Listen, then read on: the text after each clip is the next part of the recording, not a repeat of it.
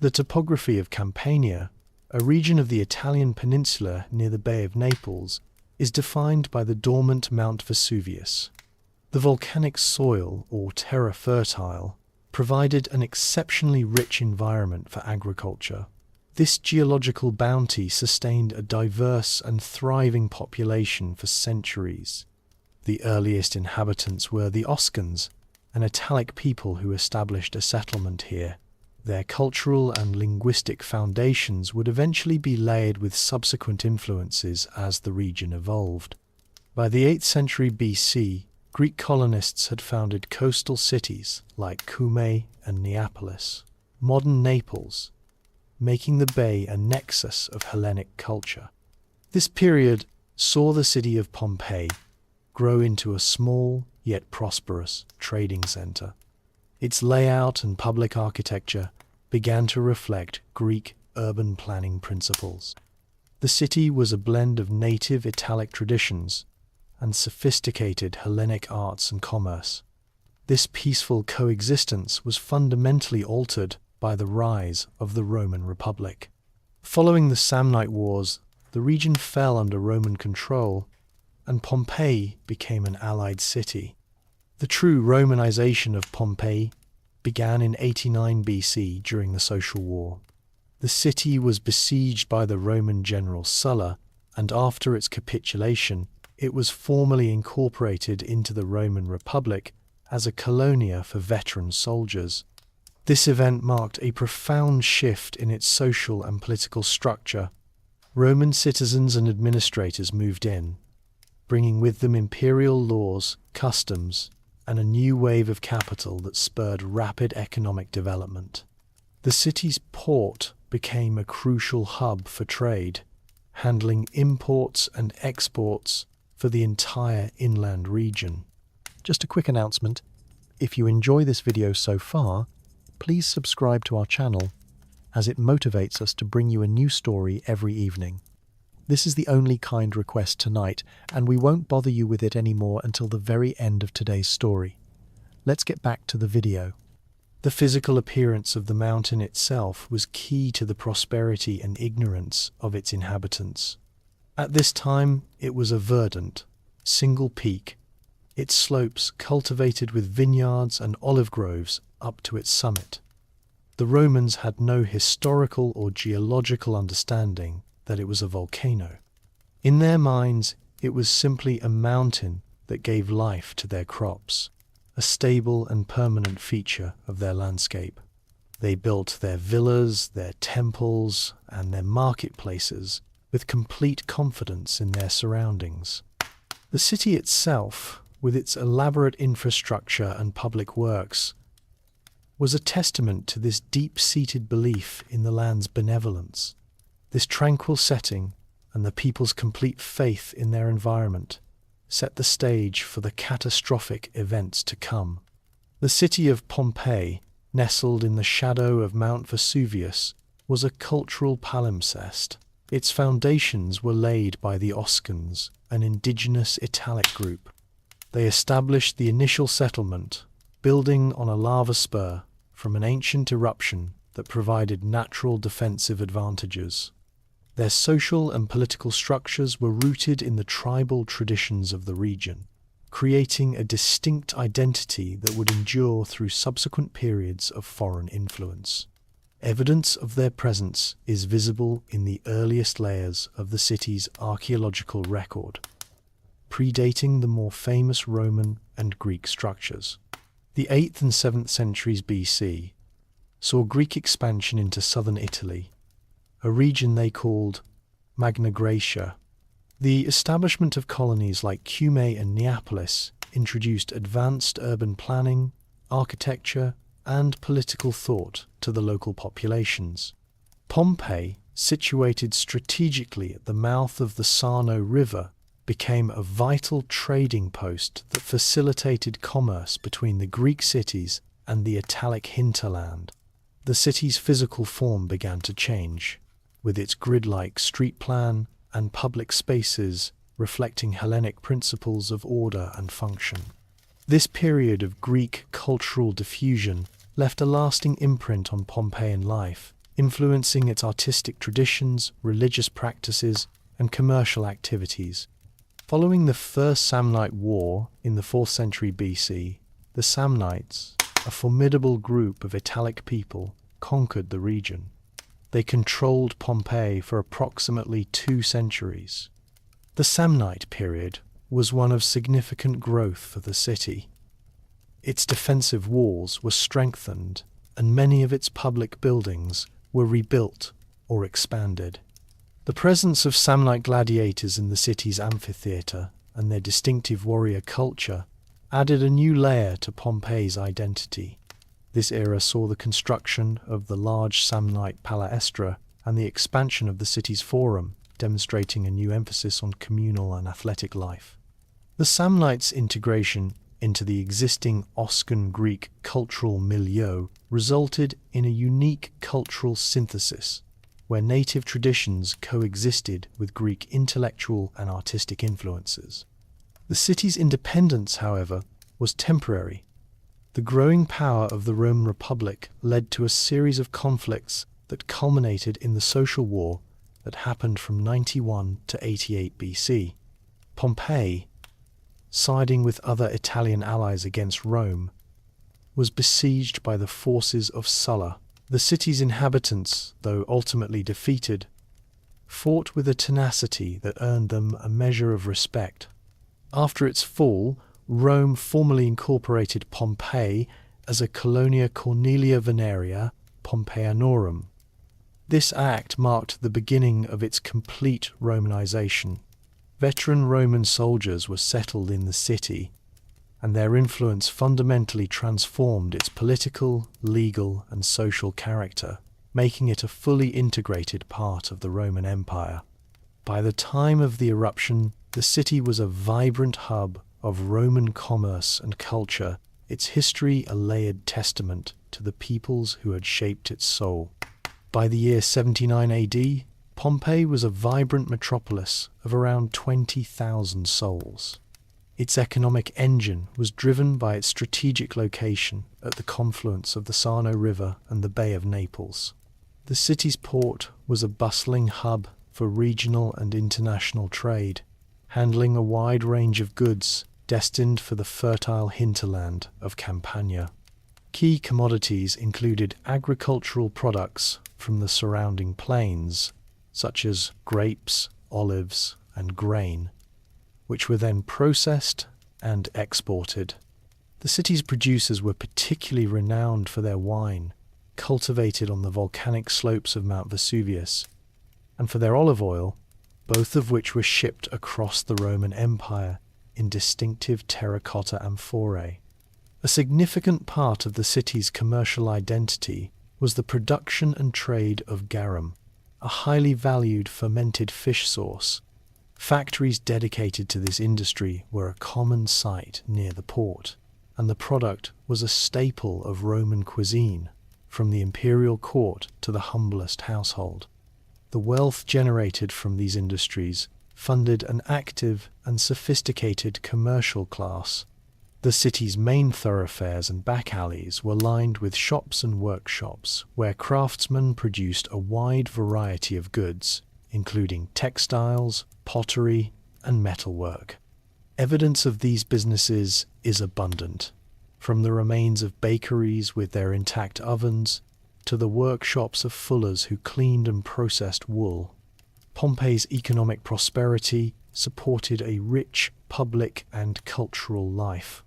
The city boasted 2 theatres: the Great Theatre, which seated thousands for dramatic performances, and the smaller Odeon, a covered venue used for concerts and recitals. These spaces served as important centres for communal activity and were meticulously decorated with statuary and murals, reflecting the city's taste for art and entertainment. The wealthy citizens in turn commissioned elaborate frescoes and intricate mosaics to adorn their private residences, transforming their homes into galleries of Roman artistic expression. Many of these artworks were created in the so-called Fourth style, a flamboyant and complex decorative style that was in vogue during the city's final years. The social and commercial heart of the city was the Forum. This central public square was a place of both political discourse and economic exchange. Surrounding it were key civic buildings and basilicas, where legal and commercial transactions were conducted. Private residences and taverns lined the streets, creating a dense urban environment where life and commerce were inextricably linked.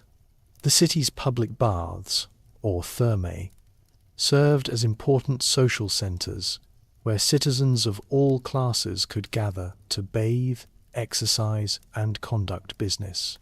The social structure of Pompeii was a microcosm of the Roman world, a complex hierarchy based on status, wealth, and civic freedom.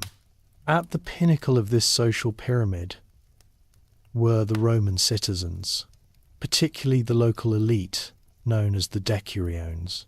These magistrates and municipal councillors were the city's political and administrative leaders. Their high social standing was demonstrated through public service and generous contributions to the city, such as funding the construction or repair of public buildings and religious sanctuaries. Holding a position on the council was a mark of supreme status and responsibility, and these elites were expected to provide for the city's well-being. Their civic duties, which included organizing games and public festivals, were a form of self-promotion and a means of maintaining political influence. Below the elite were the vast majority of the free population, which included small landowners, artisans, and merchants. This class was a diverse mixture of people with varying levels of wealth and influence. Many were organized into guilds or associations that provided social networks, professional support, and collective identity. These guilds, dedicated to specific crafts like goldsmithing, shoemaking, or fulling, held public banquets and were often a significant force in local elections. Their support for political candidates is evident from electoral slogans painted on walls throughout the city, which explicitly endorse specific magistrates on behalf of a guild or a trade. A distinct and influential social class in Pompeii was the freedmen, or liberti. These individuals, formerly enslaved, had been legally manumitted by their owners. While they were not considered full citizens, they were granted a unique legal status that allowed them to engage in commerce and own property. Many freedmen prospered in trade and business, accumulating considerable wealth and, in some cases, surpassing the fortunes of their former owners. They often remained in a relationship of clientage to their former masters, a reciprocal system of loyalty and support that was a fundamental aspect of Roman social life. This system of patronage connected individuals across all social strata, from the lowest client to the most powerful senator, and was crucial for navigating the city's political and economic landscape. At the base of the social structure were the slaves, or servi. Their legal status was that of property, and they were essential to the functioning of Pompeian society. Slaves were acquired through conquest, debt, or birth, and their roles were incredibly diverse. They worked in the most physically demanding jobs, such as agriculture and quarrying, but also held positions of great skill and trust. Many were highly educated, serving as accountants, scribes, or managers for their masters. Others were skilled artisans, and their labor produced the city's celebrated goods. Despite their status, slaves in Pompeii were an integral part of the community, and their lives were closely intertwined with those of the free population. This complex social framework of citizens, freedmen, and slaves, all connected through a network of legal and social obligations, constituted the vibrant, multi-layered society that made Pompeii a center of the wider Roman Empire. The first definitive warning of Vesuvius's power arrived not as a volcanic event, but as a seismic one. On February 5, 62 AD, a major earthquake with an estimated magnitude of between 5 and 6 on the Richter scale, struck the region, centered around the Bay of Naples. The tremors were severe and widespread, causing significant destruction to urban centers throughout the area. In Pompeii, the damage was catastrophic. Public and private buildings, many of which were constructed without modern seismic considerations, suffered extensive structural collapse. The Temple of Venus, the Temple of Jupiter, and the Basilica were among the most severely affected public structures, their columns and walls toppling to the ground. Private homes and commercial buildings fared no better, with many collapsing or becoming uninhabitable. Contemporary Roman writers, including Seneca the Younger, documented the event. Seneca, in his work Naturales Questiones, provided a detailed account of the earthquake's effects, noting that it caused a panic among the population and that many people fled their homes. He described the city of Pompeii as being on the brink of ruin and mentioned the widespread loss of life and property. The earthquake was a brutal and unequivocal demonstration of the geological instability of the region, a phenomenon that the inhabitants had not experienced in living memory. Despite the scale of the destruction, the citizens of Pompeii chose to rebuild.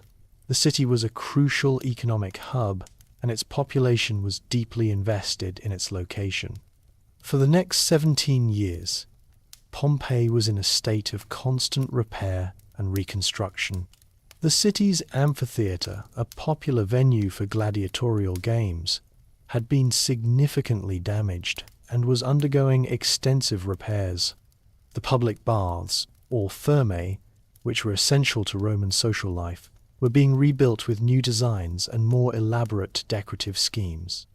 Many private residences, too, were being restored, with new frescoes and mosaics being commissioned to replace those destroyed by the tremors.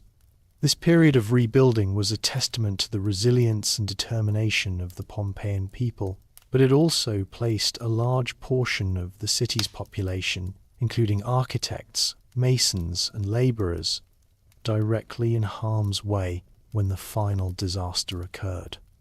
The earthquake of 62 AD was not an anomaly but a precursor, a clear signal that the ground beneath their feet was not as stable as they had believed. Yet the city's inhabitants, driven by a deep attachment to their homes and a lack of historical precedent for a volcanic eruption, interpreted the event as a singular tragedy rather than a warning of the apocalypse to come. For the next 17 years, Pompeii was a city under construction.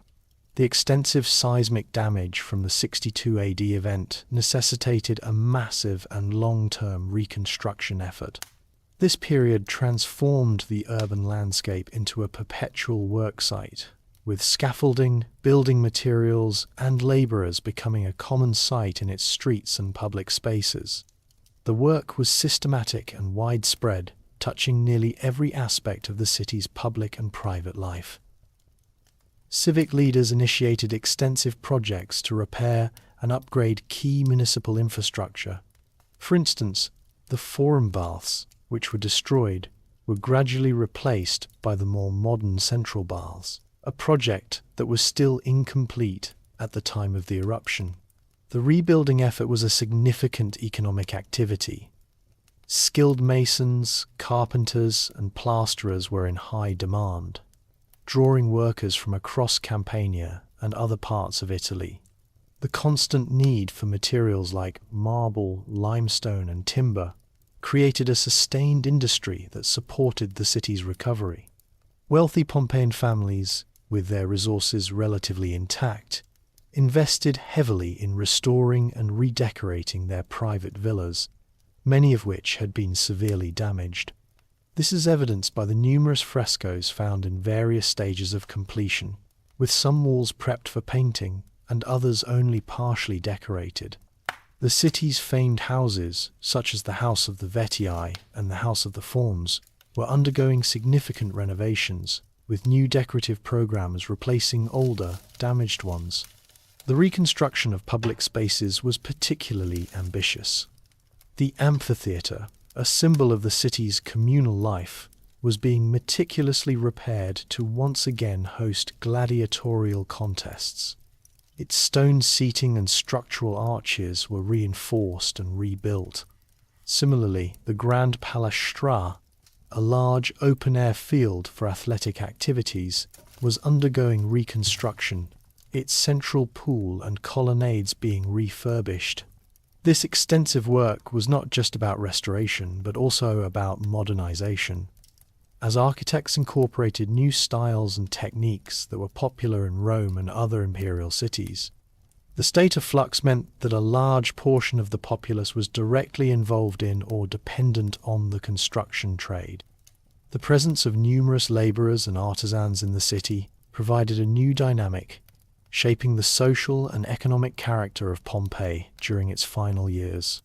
This collective effort, while a symbol of the city's vigour, meant that when the mountain finally erupted, a substantial number of its citizens were caught unprepared, their lives interwoven with the very structures that would become their tombs. Despite the massive earthquake in 62 AD, the people of Pompeii and the surrounding region held no collective memory or historical record of Vesuvius as a volcano. The last significant eruption had occurred so far in the distant past that it predated the city's founding and the development of any written historical accounts. Consequently, Vesuvius was perceived by the Romans as a benign, fertile mountain rather than a potential source of destruction. Pliny the Elder, a respected natural historian of the era, described the mountain in his work Natural History as a place with a fertile landscape, notable for its vineyards and the quality of its grapes. He made no reference to its explosive potential, a fact that underscores the general scientific and historical ignorance of the mountain's true nature. The topography of the mountain itself contributed to this conceptual blindness. Unlike a modern volcanic cone, Vesuvius in 79 AD was a multi-peaked ridge, the remnant of a much older and larger caldera that had collapsed in a previous eruption. This feature, known as Monte Somma, created a protective barrier on one side of the mountain and further masked the dormant crater within. The Roman agricultural practices in the region flourished on the volcanic soil, which was exceptionally rich in minerals. This fertility, a direct result of past geological events, reinforced the local population's view of the mountain as a benevolent provider of sustenance. The entire economy of the area was intertwined with the land's bounty, cultivated from its base to its upper slopes. The Roman lexicon also lacked a precise term for a volcano. While they had words to describe fire and mountains, they did not possess a specific scientific vocabulary for the unique geological phenomenon of a volcano. This linguistic gap reflects a conceptual void. They could describe a burning mountain, but they lacked a framework for understanding the processes of magma, pyroclastic flows, and ashfall. When the eruption began, the initial column of smoke and ash was dismissed by many as a simple fire. This initial misunderstanding, a direct consequence of their conceptual framework, was a fatal error that delayed their recognition of the true threat and their attempts to escape. The collective amnesia surrounding Vesuvius was not a personal failure, but a product of a civilization that had lost its connection to a crucial part of its geological past. This profound ignorance, a simple historical fact, was one of the most significant factors in the disaster. The summer of 79 AD was a period of political calm in the Roman Empire under the new emperor Titus. In Pompeii, the atmosphere was one of typical daily routine. The city was nearing the end of its 17-year reconstruction period, and life had largely returned to its normal rhythms. The city's economy was in full operation. and its population of approximately 20,000 people was engaged in the day-to-day activities of a Roman municipality. Farmers were preparing for the final harvest of the year, their volcanic vineyards heavy with grapes. Merchants in the forum conducted their transactions, and the public baths were filled with citizens at leisure. The city's public life, from its bustling markets to its aediles courts, was functioning as it had for decades. Despite the surface tranquility, there were a series of subtle, yet historically documented, anomalies that pointed to the imminent danger. Roman observers noted a series of minor seismic tremors in the weeks leading up to the eruption. These tremors were frequent and sometimes unsettling, but they were dismissed as aftershocks from the much larger earthquake of 62 AD. The citizens of Pompeii, having adapted to the persistent ground shaking, had grown accustomed to the phenomenon and did not interpret it as a new or greater threat. Their past experience with the major quake had conditioned them to view such events as a part of living in the region, not as a sign of impending doom. Another documented sign was a noticeable change in the local hydrology. The water level in wells and springs around the base of Mount Vesuvius began to drop, an indication of changing subterranean pressures. This drop in water supply would have been a significant concern for a city so dependent on its hydraulic systems, yet there is no historical evidence to suggest the citizens connected this to the mountain's internal state. Additionally, there were reports of a pungent smell of sulfur in the air, a common volcanic gas, which would have been a clear warning sign to anyone with an understanding of volcanic activity. However, in the absence of a conceptual framework for a volcano, this odor was likely attributed to local industrial activity or natural gas vents. The Roman mentality of the era, which often attributed natural events to the will of the gods, or saw them as simple acts of nature, also played a role in the lack of preparedness. There was no widespread scientific or geological knowledge to guide them. The city's inhabitants were therefore culturally and intellectually blind to the accumulating evidence. Their lives were grounded in the routine and the familiar, and they had no reason to suspect that the mountain, a source of life and beauty for centuries, was about to become an instrument of death on a scale they could not possibly imagine.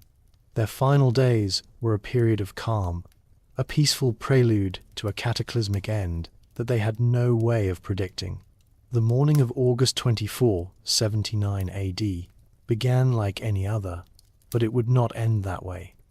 The city was operating at a normal pace for a summer day in Campania. The populace of approximately 20,000 went about their regular duties and routines. In the workshops and storefronts of the Via dell'Abbondanza, bakers were preparing fresh bread, shopkeepers were opening their shops, and artisans were beginning their day's work. The city's inhabitants were attending to their various tasks, whether it was fetching water from the public fountains or conducting business in the forum. Life was proceeding along its established, predictable course. The date itself has been a subject of historical debate. The traditional date of August 24 comes from the account of Pliny the Younger, but archaeological and numismatic evidence suggests the eruption may have occurred later in the autumn. The discovery of pomegranates, brazier pots, and heavier clothing among the remains indicates a different season. For the purposes of this narrative, we will proceed with the traditional August date, which remains the most widely cited historical reference. Around the city, evidence of the morning's activities is preserved in the archaeological record. In the bakeries, loaves of bread were found, some still in the ovens, prepared for the day's sales. The public baths were open and being used, with some remains of bathers found in the changing rooms and frigidarium. In the villas and houses, household items were in their proper places, and food was being prepared for midday meals, suggesting that the initial event occurred unexpectedly during the daytime, interrupting normal life without warning. The weather conditions on the morning of the eruption were described by Pliny the Younger as calm and clear. This tranquil state would have contributed to the lack of alarm among the inhabitants. A clear sky and a lack of storm signs would have provided no natural cues of the impending disaster. The city was completely unprepared for the sudden onset of the eruption. The eruption cloud, which would later be described by Pliny, began to form around midday, not in the morning. For the hours leading up to this initial blast, there were no visible signs from the mountain that would have alerted the people to the true danger. The daily life of the city, from the wealthiest senator to the humblest slave, continued uninterrupted. This sense of peace and normalcy was a cruel and deceiving prelude to the immense destruction that was about to be unleashed. Around midday on August 24th, a series of precursory events began that marked the shift from normalcy to cataclysm. The first documented signs were seismic in nature.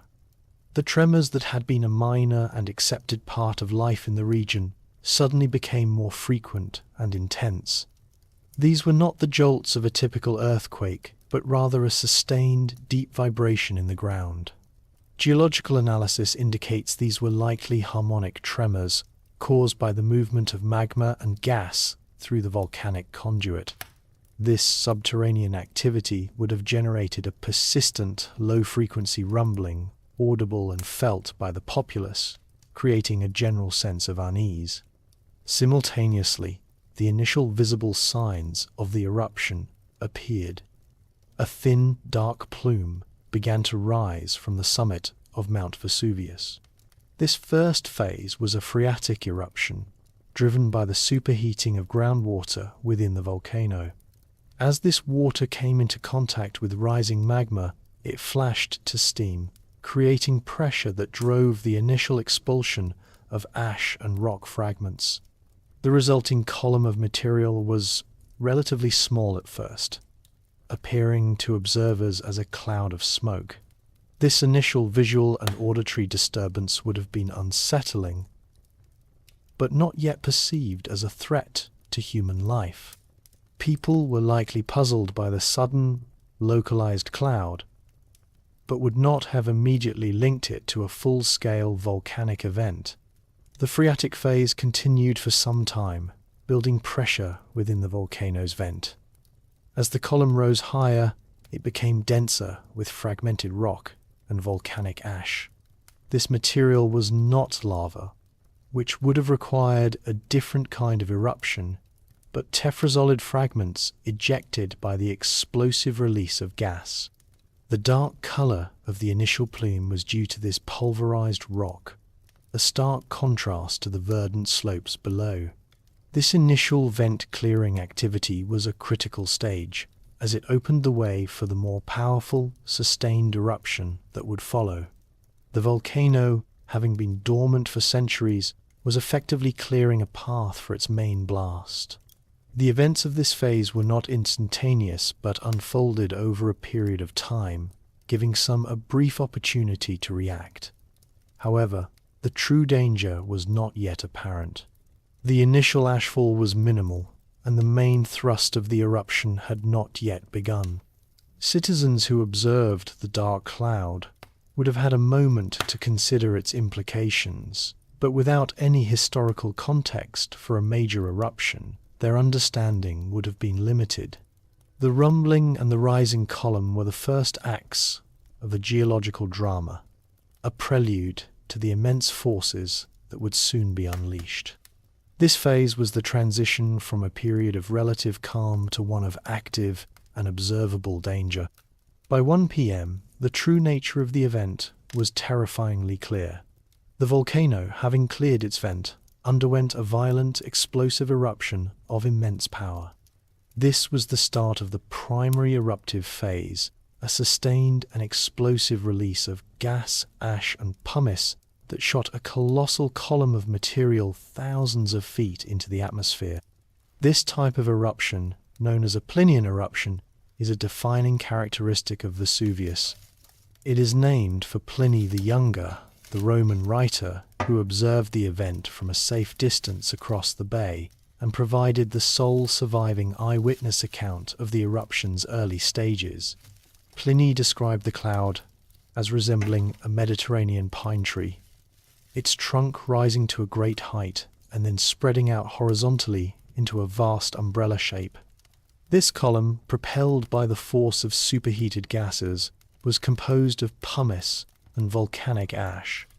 The pumice, a light, porous volcanic rock, was the most abundant material in this phase. The material was ejected into the stratosphere, where it was caught by the prevailing winds. The direction of these winds was critical. They blew the eruptive column southeast, directly over the city of Pompeii, sealing its fate. The sheer volume of material in the column was immense, estimated at several cubic kilometers of rock and ash. As it rose, the column became so dense and opaque that it blotted out the sun, casting the city into a profound and unnatural darkness in the middle of the afternoon. The eruptive phase continued for approximately 18 hours. This prolonged period of tephra fallout was the primary cause of Pompeii's initial burial. The pumice, while light, accumulated at a rapid rate, estimated to be several inches per hour in the city itself. This continuous shower of material began to build up on rooftops, on the streets, and inside open buildings. Archaeological evidence confirms the nature of this fallout, with deep layers of white pumice found throughout the city. The pumice was not a uniform material. It contained a mixture of different rock fragments, all pulverized by the force of the blast. The wind's role was paramount. Had it blown in a different direction, the fate of Pompeii would have been very different. Instead, the combination of a high-altitude eruptive column and the specific wind direction created a perfect meteorological condition for the city's burial. The darkness, the continuous rumbling, and the relentless fall of pumice would have created a sensory environment of extreme terror and confusion, a direct result of the volcanic forces unleashed in the atmosphere. This phase of the eruption was a protracted and relentless geological event that sealed the city's destiny long before the final lethal surges arrived. Within minutes of the main explosion, the rain began, but it was not water. It was a shower of pumice stones, a form of tephra ejected from the volcano's vent. This fallout, a defining characteristic of the Plinian eruptive phase, was a relentless shower of solid material that would become the primary medium of Pompeii's burial. The pumice, a frothy, vesicular volcanic rock, was light enough to be carried high into the atmosphere and was propelled by the force of the eruption's convective column. As it cooled and lost momentum, it fell back to Earth in a steady, continuous stream. The wind's direction was a critical factor, blowing the plume directly over Pompeii and away from its neighbors. The size of the pumice fragments varied, with some as small as pebbles and others as large as golf balls. The lighter, smaller fragments fell first, creating an initial layer of white stones. As the eruption continued, larger and denser fragments were ejected, adding to the accumulating debris. The stones were not molten or hot enough to incinerate on contact. Their primary danger was their sheer volume and mass. This continuous shower of rock began to accumulate on the city's rooftops, streets, and open spaces, with archaeological evidence showing layers of this white pumice reaching several feet deep throughout the city. The accumulation rate was a key factor in the destruction.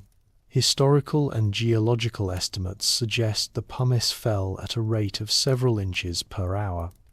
This rapid build-up presented an immediate and escalating threat. Doors and windows were quickly blocked, trapping people inside their homes or businesses. The weight of the accumulating pumice on the city's rooftops was a severe structural hazard. Roman construction, while durable, was not designed to withstand such a prolonged and heavy external load. As the hours passed, the weight became too great for the timber and tile roofs. leading to a series of roof collapses across the city. These collapses were a major cause of death, as they buried those seeking shelter inside their homes. The pumicefall continued for approximately 18 hours, creating a profound, multi-layered geological record of the eruption's initial phase. This continuous downpour of rock created the first layers of Pompeii's tomb, preserving its architecture and contents in a unique manner. The porous nature of the pumice allowed air to remain trapped, forming a solid yet lightweight shell around the city. This initial burial, while catastrophic, was a direct result of the specific physical properties of the eruptive material and the atmospheric conditions that directed its course. The city was being buried in a rain of stone, a relentless and inexorable process that sealed its fate long before the final, more lethal events took place. As the pumice continued to fall, the sun began to disappear, a phenomenon directly related to the immense size of the eruptive column. The plume of ash and pulverized rock which had risen into the stratosphere was so vast that it blocked out all natural light. This event, known as volcanic winter, is a result of a volcanic eruption's ability to inject large quantities of fine aerosols and particles into the atmosphere. The darkness in Pompeii was not merely a result of clouds, but a physical barrier of solid material that created a profound, unnatural blackness in the middle of the day. The process was gradual. Initially, the light would have faded to a twilight as the sun's rays struggled to penetrate the thickening ash cloud. As the hours progressed, the darkness became complete, plunging the city into a state of total, oppressive blackness.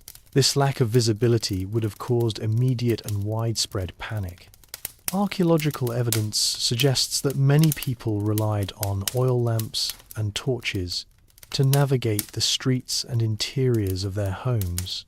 However, even these artificial light sources were quickly rendered ineffective, as the fine ash particles would have coated surfaces and choked the wicks, extinguishing the flames.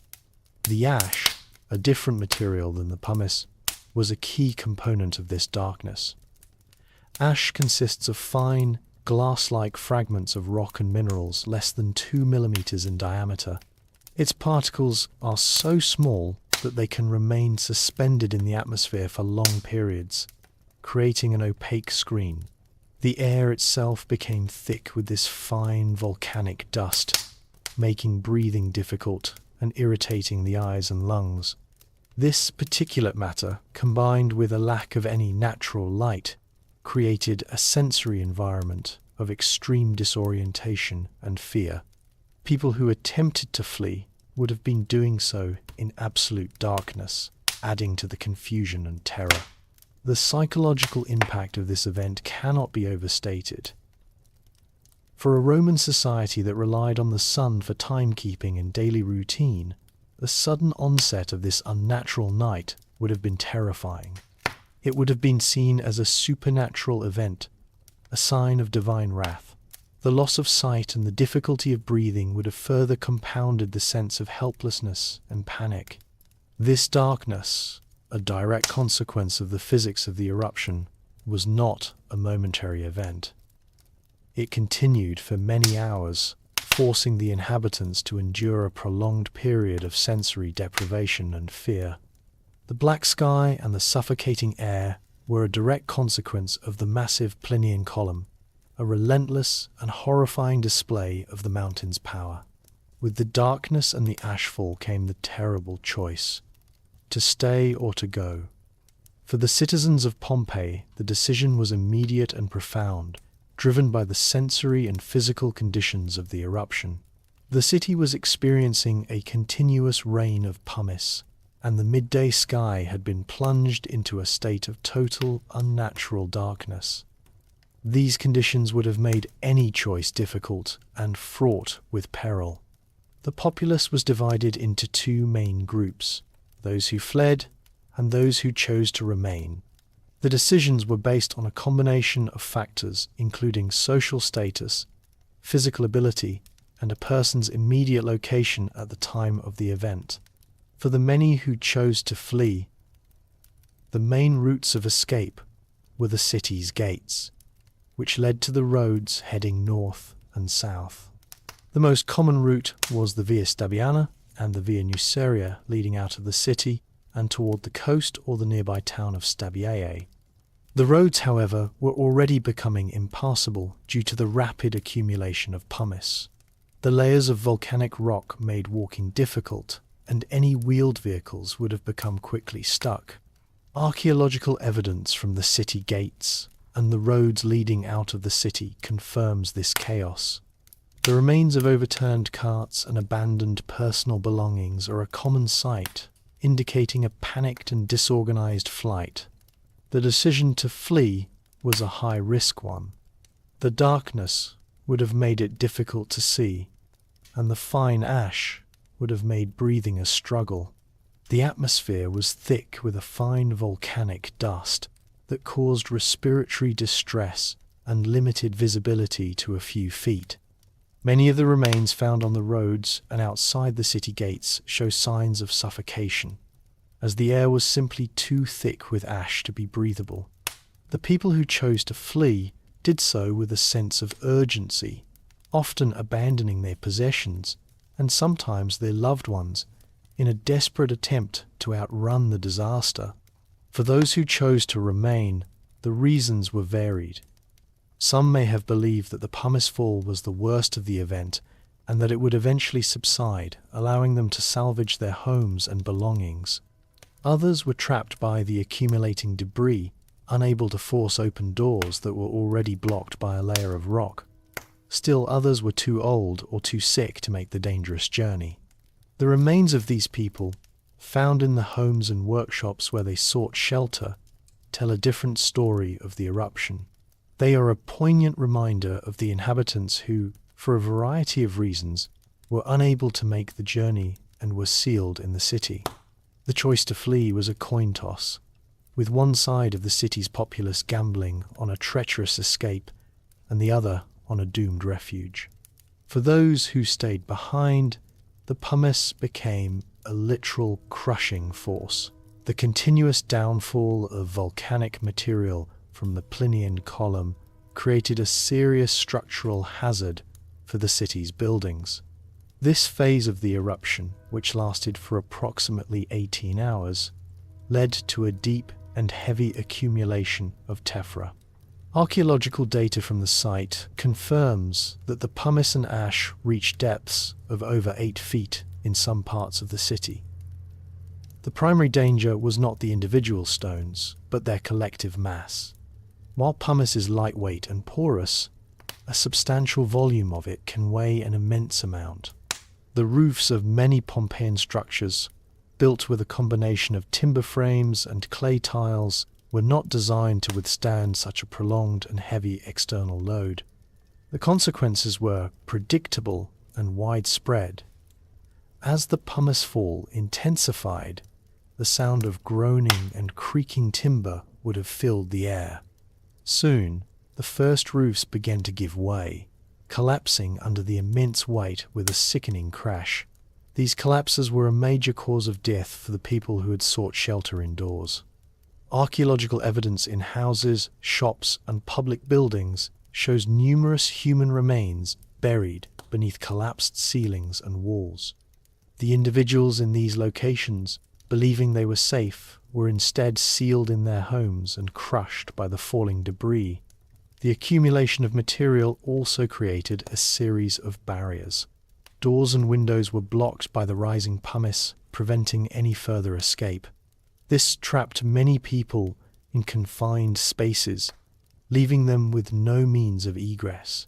For those who were not crushed, the threat of suffocation became immediate and profound. The air inside the buildings, already thick with fine volcanic ash, would have become increasingly unbreathable.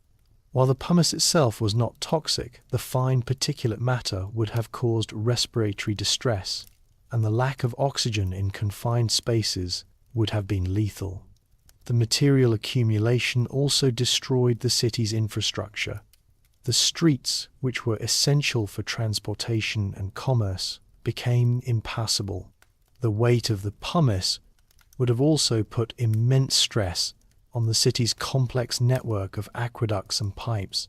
The physical destruction was systematic and inexorable, a direct result of the continuous high-volume tephra fallout. The city was not destroyed in a single moment, but over many hours, a slow and terrible burial that sealed its fate and created a unique archaeological record of the disaster. This long, destructive process provided a grim and undeniable testament to the volcano's power. Not everyone fled. In the face of the eruption, a significant portion of Pompeii's population remained within the city's boundaries. The decision to stay was not a unified choice, but a set of individual reactions determined by a variety of circumstances. For some, the primary motivation was a sense of duty to their property. In Roman society, one's home and business were not just possessions but symbols of status and a source of livelihood. Many residents may have believed the initial pumicefall was a transient event, one they could endure by seeking shelter, after which they could begin to salvage their belongings. This proved to be a fatal miscalculation, as the eruption continued for many hours, sealing their fate. Physical limitations also played a decisive role. Archaeological finds indicate that among those who perished were individuals who would have been unable to make a rapid escape. The elderly, the infirm, and the very young would have found the journey on the pumice-strewn streets insurmountable. Their remains, often found within the confines of private homes, suggest that they were either unable to flee or were abandoned by able-bodied family members who chose to risk a difficult journey. This demonstrates the harsh realities of survival in a cataclysmic event, where physical fitness was a critical determinant of one's fate. Furthermore, many people were physically trapped. The continuous accumulation of pumice blocked doors and windows, creating insurmountable barriers to escape. As the tephra filled the streets, the entrances to homes and shops were sealed, transforming these spaces into unintentional tombs. People trapped inside would have faced a horrifying and inevitable end, either from the subsequent building collapses or from asphyxiation as the air became unbreathable. The remains of individuals found in rooms with sealed exits provide a powerful, silent testimony to this form of entombment. Other individuals chose to remain for emotional or social reasons, unwilling to abandon family members or patrons who were unable to flee. Roman society was deeply rooted in the concept of loyalty, and for some, remaining with their household, regardless of the danger, was an act of personal conviction. The remains of families found huddled together in final, tragic embraces within their homes attest to this. These individuals made a conscious decision to face the end together, rather than risk a lonely and desperate escape. The combined choices of these groups, some driven by pragmatism, others by physical constraints, and still others by loyalty, created a unique and tragic record of humanity frozen in time. Their final moments, so meticulously preserved by the very forces that destroyed them, provide a unique and compelling insight into the human response to a disaster of unprecedented scale. As the first few hours of the eruption passed, the fear and confusion among the inhabitants began to take hold. The initial rumbling and the rising plume from the volcano had been unsettling, but the continuous pumicefall and the subsequent descent into unnatural darkness created a new and overwhelming sense of terror. The inhabitants, lacking any historical or scientific framework for a volcanic eruption, would have been completely disoriented by these events. Their sense of normalcy, which was a cornerstone of their daily lives, was shattered by the unrelenting environmental assault. This was not a storm or an earthquake. It was an event on a scale they could not comprehend. The sensory conditions were a primary source of this terror. The air became thick with fine volcanic ash, making breathing difficult and causing a burning sensation in the eyes and throat. The fine particles, a component of the tephra fallout, would have created respiratory distress and limited visibility to a matter of feet. The continuous shower of pumice against their homes and the ground would have created a relentless, terrifying sound, a constant reminder of the disaster. This noise, combined with the profound darkness, would have created a suffocating and claustrophobic environment that was impossible to escape. The psychological impact of this darkness was immense. In a world where light was a source of life and safety, the sudden plunge into a complete, unnatural blackness would have been interpreted as a sign of divine wrath or an impending apocalypse. People would have been unable to see their surroundings, or even each other, leading to a state of profound disorientation. Archaeological evidence confirms the widespread use of lamps and torches in an attempt to combat this darkness, with many of these found at the site. The people's reliance on these weak artificial light sources demonstrates their desperate need for visibility in a terrifying and confusing environment. The first wave of terror was not a single event, but a cumulative one. It was a prolonged period of escalating panic as the inhabitants were subjected to the relentless pumicefall and the suffocating darkness. The fear was compounded by the sound of collapsing roofs and the knowledge that the ground was becoming impassable. Those who had chosen to stay behind were now facing the consequences of their decision, trapped in an environment that was becoming increasingly hostile. The city, which had once been a source of comfort and security, was now an instrument of terror. The inhabitants were forced to confront a reality that was beyond their understanding, a reality that was a direct result of the specific geological forces at play. This long, terrifying process was the first stage of the disaster's human toll, a prelude to the final fatal events that would follow. The pumice was a force of destruction, but it was also an agent of preservation. The unique geological characteristics of the eruption's first phase were directly responsible for the city's astonishing state of preservation. The continuous fall of lapilli and ash created a deep, compact, and airtight seal over the entire city of Pompeii. The material, known as tephra, pumice, a porous volcanic rock, is very light. The subsequent layers of fine ash, however, were much denser. This combination of materials created a solid, protective casing around all the city's structures and contents. This process is a rare geological phenomenon. Unlike a conventional burial by soil, the volcanic material did not decompose or compress over time. Instead, it hardened into a solid matrix of rock and ash. This casing, a type of tuff, was strong enough to support the weight of subsequent layers of debris, while keeping the city's contents free from exposure to air and moisture. The lack of oxygen and the consistent temperature within this volcanic tomb prevented the decomposition of organic materials and the corrosion of metal. This is why archaeologists have been able to recover objects like wooden furniture, food, and even scrolls. The volcanic material also served as a perfect mold for human and animal remains. The people who perished in the eruption were buried under multiple feet of pumice and ash. As their bodies decomposed, they left behind hollow voids within the hardened volcanic matrix.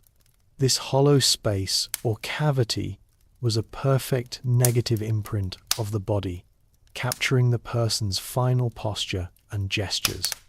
This unique phenomenon is a direct result of the specific geological conditions of the eruption and the composition of the tephra. This process would later be exploited by archaeologists to create the famous plaster casts. The unique burial of Pompeii is a historical fact that sets it apart from other ancient sites. The city was not simply destroyed, it was mummified in a volcanic time capsule. This geological preservation allowed for an unparalleled archaeological record of Roman life. The city's frescoes, mosaics, and buildings were not damaged by the elements, but were simply sealed and kept from the passage of time. The tools of craftsmen were left on their workbenches, food was left on the tables, and pets were found beside their owners. This state of preservation gives us an intimate and personal glimpse into the daily lives of the city's inhabitants, a level of detail that is not available at other Roman sites. The pumice that destroyed the city was the very material that would preserve it for over 1,600 years. An ironic and poignant duality. While Pompeii was being slowly buried, its smaller, wealthier neighbor, Herculaneum, was experiencing a very different kind of nightmare. Located on the western side of Mount Vesuvius, Herculaneum was initially spared the heavy pumice fall that was burying Pompeii.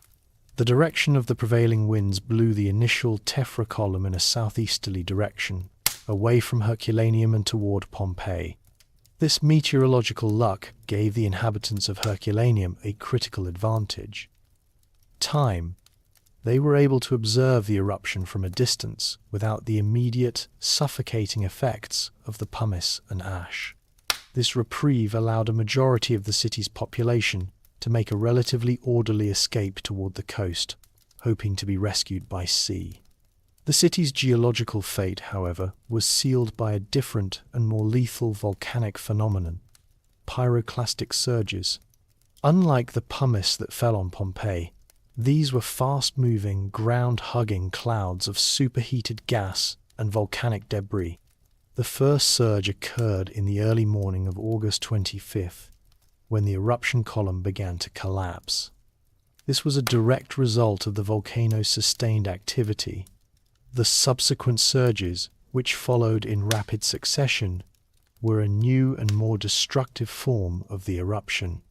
Herculaneum was hit by a series of these surges, which travelled at speeds of up to 100 miles per hour and reached temperatures of over 500 degrees Celsius, 932 degrees Fahrenheit.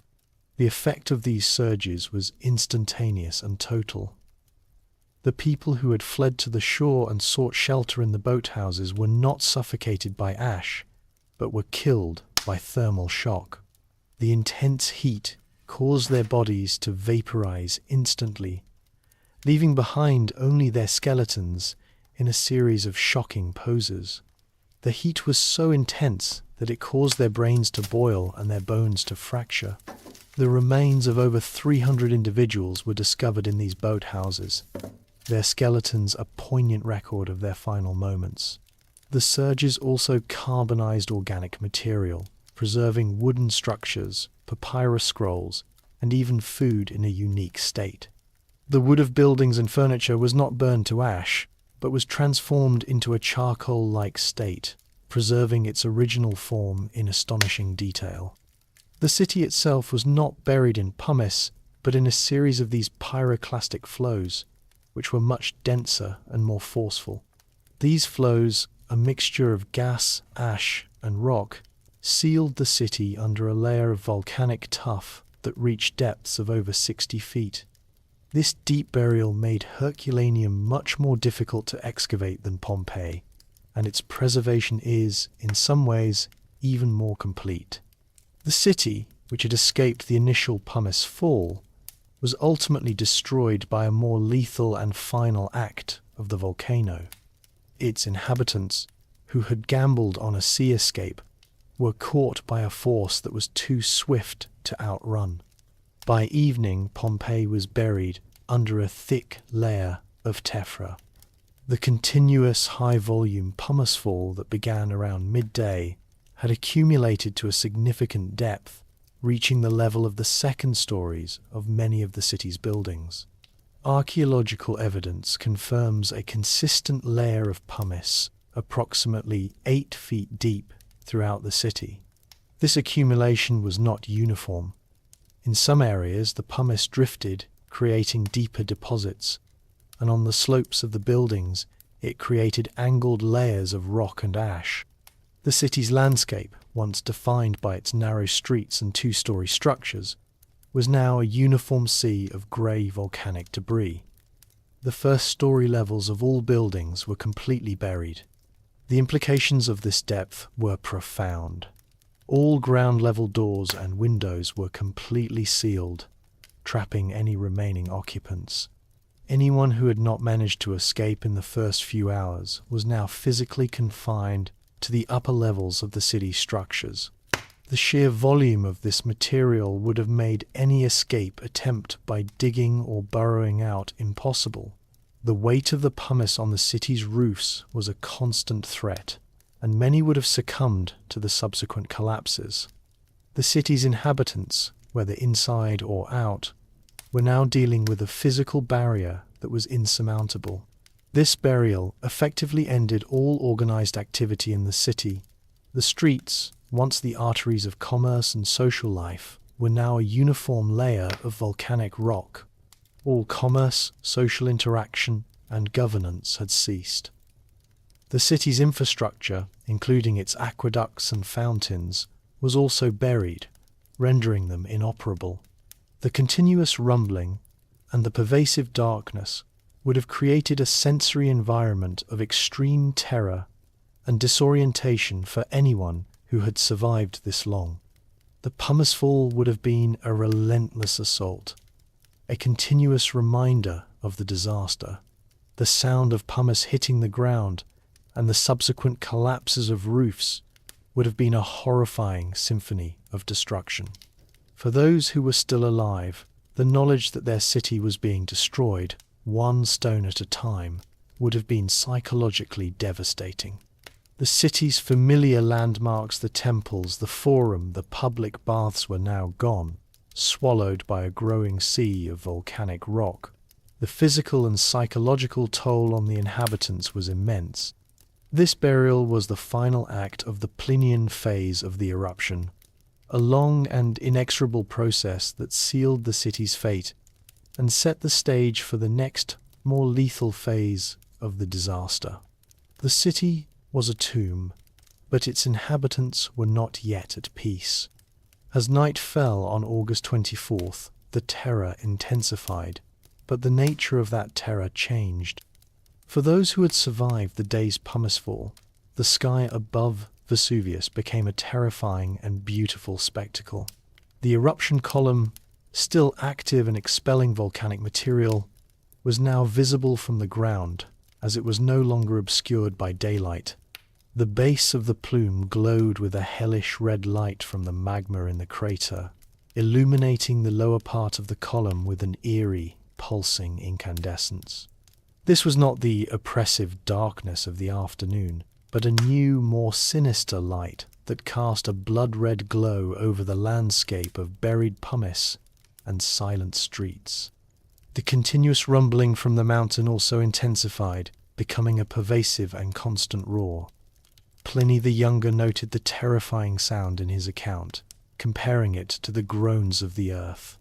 This sound, a product of the sustained magmatic activity within the volcano, would have been a terrifying constant, a direct auditory assault on the senses of anyone within hearing range. The sound was a reminder that the volcano was a living, malevolent entity, a force of nature that was not yet finished with its destructive work. The combination of the hellish glow and the continuous roar would have been psychologically devastating for the survivors who had hoped the eruption would subside with nightfall. Interspersed with the continuous roar were flashes of lightning. This phenomenon, known as volcanic lightning, is created by the friction of ash particles rubbing against each other within the eruptive column. These electric discharges would have lit up the dark, ash-filled sky, with silent, blinding flashes, illuminating the terrifying plume in stark, shocking relief. The flashes of light, in the thick blackness, would have added to the disorientation and terror of the survivors. They would have been unable to see the flashes themselves, but only their momentary afterglow, a fleeting glimpse of the monstrous force above them. The night was also marked by a series of low-intensity seismic events. While not as violent as the pre-eruption tremors, these continuous small quakes were a constant reminder of the geological instability of the ground beneath their feet. For the survivors, whether in their homes or in makeshift shelters, this would have been a terrifying confirmation that the danger was far from over. They were trapped in a world where the very ground was shaking, and the sky was a horrifying symphony of light and sound. The night of terror was a psychological ordeal, an intense sensory experience that tested the limits of human endurance. It was a terrifying interlude between the pumicefall of the first day and the final lethal events that would occur at dawn. As the sun rose on the morning of August 25th, some may have believed that the worst was over. The pumicefall had diminished significantly, and a deceptive calm had settled over the region. The city, now buried under a deep layer of tephra, was silent. This lull in the eruption's intensity would have offered a false sense of hope to any survivors. They may have believed that the volcano had spent its fury, and that they could begin the process of assessing the damage and escaping. However, this was a crucial and fatal misinterpretation of the volcanic activity. The eruption was not ending. It was entering a new and more lethal phase. The cessation of the pumicefall was a direct result of the eruptive column's change in behavior. The sustained Plinian phase of the eruption was coming to an end. The volcanic column, which had reached immense heights, was no longer being supported by the same continuous explosive force. As the column began to collapse, it no longer carried the bulk of the eruptive material into the upper atmosphere. Instead, this material, a superheated mix of gas, ash, and rock, began to fall back down the flanks of the volcano in what are known as pyroclastic surges. This transition from a convective column to a series of ground-hugging flows marked a fundamental and more dangerous shift in the eruption. The survivors in Pompeii, having endured the pumicefall, would have been completely unaware of this new threat. Their immediate environment, covered in a deep layer of tephra, provided no visual cues of the events unfolding on the mountain's slopes. They were not to be suffocated by ash, but to be incinerated by a force they could not see or outrun. The surges, travelling at high speeds and reaching extreme temperatures, would have been undetectable from within the buried city until it was too late. This phase of the eruption provided no warning, no opportunity for escape. The quiet morning was a lethal illusion, a brief moment of calm before a storm of fire and death. The contrast between the apparent tranquility and the impending danger is a grim fact of the eruption's chronology. While survivors were contemplating escape or recovery, the volcano was preparing to unleash its final, most destructive act. The first surges of superheated gas and ash would soon sweep down the mountain's flanks. Herculaneum, to the west, would be hit first, with lethal consequences. Pompeii, to the southeast, would follow. The volcano's shift from a vertical eruption to a horizontal flow was the final brutal act of the disaster, a testament to the complex and destructive nature of volcanic activity. This period of false hope was the last calm moment for the inhabitants of Pompeii before their final end. The eruption had entered a new, more violent phase, transitioning from a vertical, column-driven event to a series of ground-hugging pyroclastic flows. This shift, which occurred in the early morning of August 25th, was a critical moment in the disaster's timeline. The initial Plinian column, which had been supported by a continuous explosive force, began to collapse under its own weight. This collapse was not a slow, gentle process. The massive column of gas, ash, and pumice, no longer able to sustain itself, fell back down onto the slopes of Mount Vesuvius in a series of extremely rapid and lethal flows. This new form of eruptive activity produced what are known as pyroclastic density currents.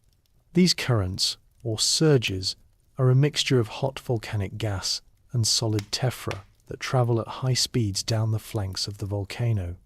The material in these flows was a fine gas-rich cloud of ash, pumice, and fragmented rock. The surges traveled at speeds of up to 100 miles per hour, making them impossible to outrun. Their temperatures were extreme, reaching over 500 degrees Celsius, 932 degrees Fahrenheit. This heat was the primary lethal agent, causing immediate incineration and death. The surges were a fundamental departure from the pumicefall that had buried Pompeii. The pumicefall was a slow, inexorable burial, a process that took many hours. The surges, by contrast, were instantaneous and total in their destructive power. The first surge, which hit Herculaneum, was a ground-hugging avalanche that travelled down the western flank of the volcano, a testament to the fact that the volcano was now destroying life on its sides, not just from above. This event was a clear indication that the eruption had entered a more dangerous phase. The transition from a Plinian column to pyroclastic flows is a common geological phenomenon in a sustained eruption. As the explosive force wanes, the column can no longer be supported and the material falls back to Earth. This is a direct consequence of the volcano's internal dynamics and a crucial piece of the geological record. The surges, unlike the earlier pumicefall, left no chance for survival. They were a sudden and brutal end, a final act of destruction that sealed the fate of Herculaneum and Pompeii's remaining inhabitants. This shift from a vertical to a horizontal destructive force was the final, brutal chapter of the disaster, a testament to the complex and relentless nature of Vesuvius. The first pyroclastic surge was unleashed upon Herculaneum. As the eruptive column collapsed, it sent a superheated cloud of gas and fine volcanic particles hurtling down the western flank of Mount Vesuvius. This event, which occurred around 1 a.m. on August 25th, was the first of several surges that would destroy the city. The surge, a type of pyroclastic density current, travelled at speeds estimated to be over 100 miles per hour. Its extreme velocity and its ground-hugging nature made it impossible for anyone to outrun or escape. The temperature of this surge was also extreme, estimated to be between 480 to 500 degrees Celsius, 896 to 932 degrees Fahrenheit.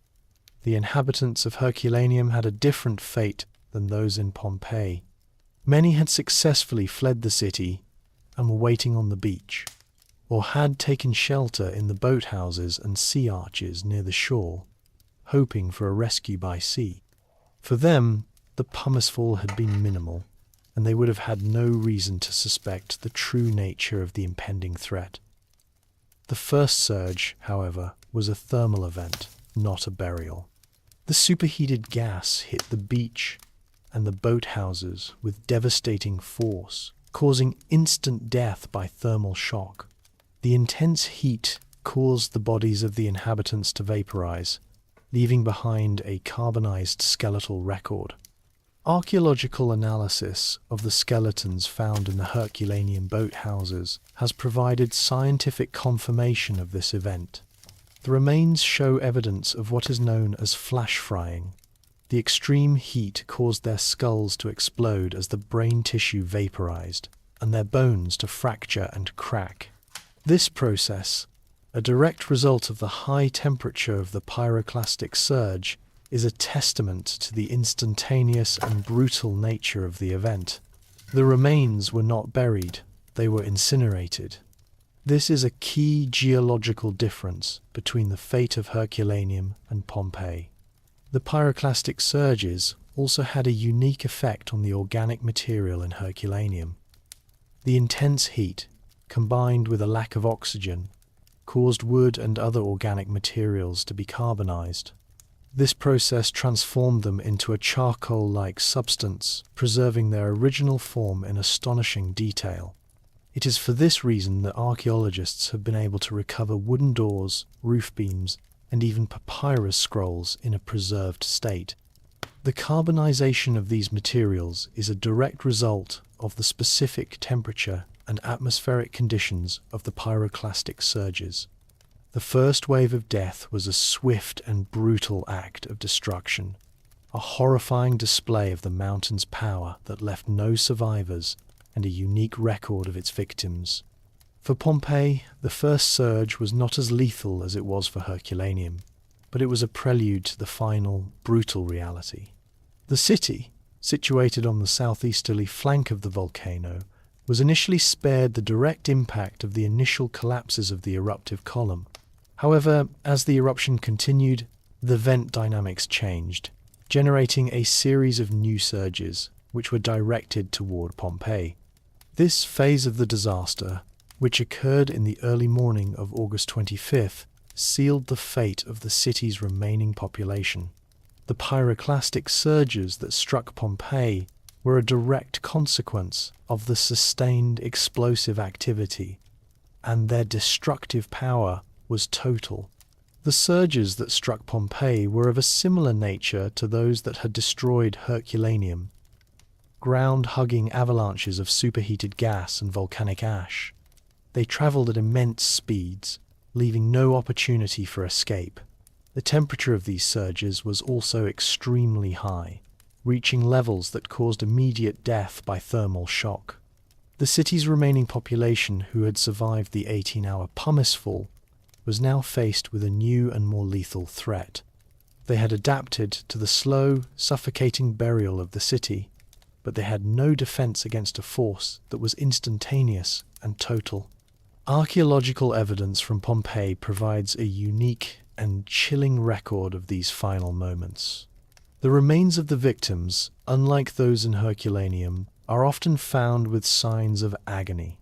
Their poses, with their limbs drawn up, are a result of the extreme heat causing a cadaveric spasm, a physical reaction of the muscles to intense thermal shock. The bones of the victims show no signs of thermal fracturing, a key difference from Herculaneum, which suggests that the temperatures in Pompeii were high enough to cause instant death, but not high enough to completely incinerate the bodies. This is a crucial geological distinction that gives us the unique plaster casts of the victims. The bodies of the victims were covered by a fine layer of ash that, when mixed with moisture, hardened into a solid matrix. This matrix preserved a detailed mold of the person's body, their clothes, and their final, desperate gestures. The final surges that hit Pompeii were a brutal end to a prolonged and terrifying ordeal. The city's remaining population was not buried alive but was killed by thermal shock. The surges sealed the city in a new final layer of volcanic material. This layer, a fine, hardened ash, was a different kind of tomb than the pumice of the first phase. It was a dense, airtight casing that perfectly preserved the city and its victims, a silent and horrifying testament to the volcano's final act of destruction. The city was not just destroyed, it was mummified in its final moments.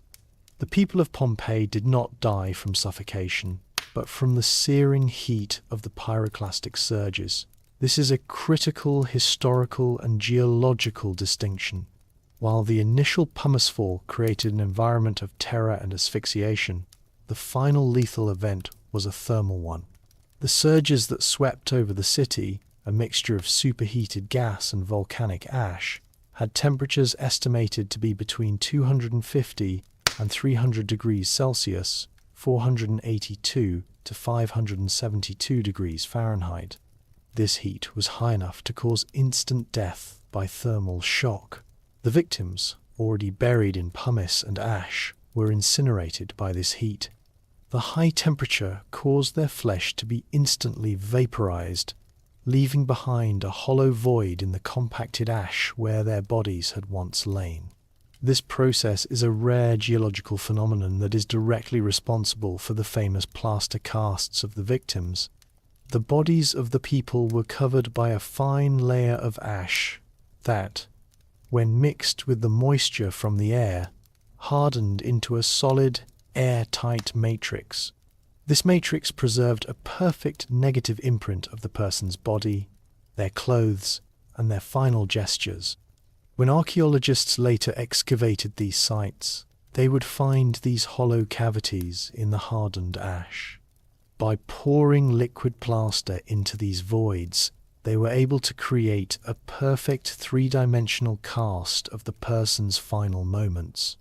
This process, developed by Giuseppe Fiorelli in 1863, has given us an unparalleled and deeply personal glimpse into the final moments of the city's inhabitants. The poses of the victims in these casts are a direct consequence of the extreme heat. The contorted limbs and clenched fists are not a sign of a slow, agonizing death. They are the result of a cadaveric spasm, a physical reaction of the muscles to intense thermal shock. The sudden and violent contraction of the muscles caused the limbs to draw up into a defensive, fetal-like position. This posture, which has been found in many of the remains, is a powerful and silent testimony to the sudden and brutal nature of the end. The victims' bones, unlike those in Herculaneum, show no signs of thermal fracturing or complete incineration. This confirms that the temperatures in Pompeii were high enough to cause instant death, but not high enough to completely destroy the bones, a key difference that highlights the distinct geological fates of the two cities. The final surges that hit Pompeii were a swift and silent end. The city was not just destroyed, its inhabitants were mummified in their final moments. Their remains a poignant and eternal monument to the volcano's power. The final phase of the eruption was a series of lethal pyroclastic flows that swept down the mountain slopes and buried the city completely. These events, a culmination of the volcano's sustained activity, were a new and more destructive form of deposition.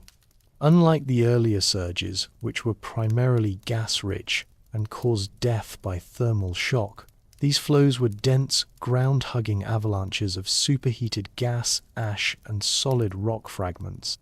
They traveled at speeds of up to 50 miles per hour and were the primary agents of the city's final total entombment.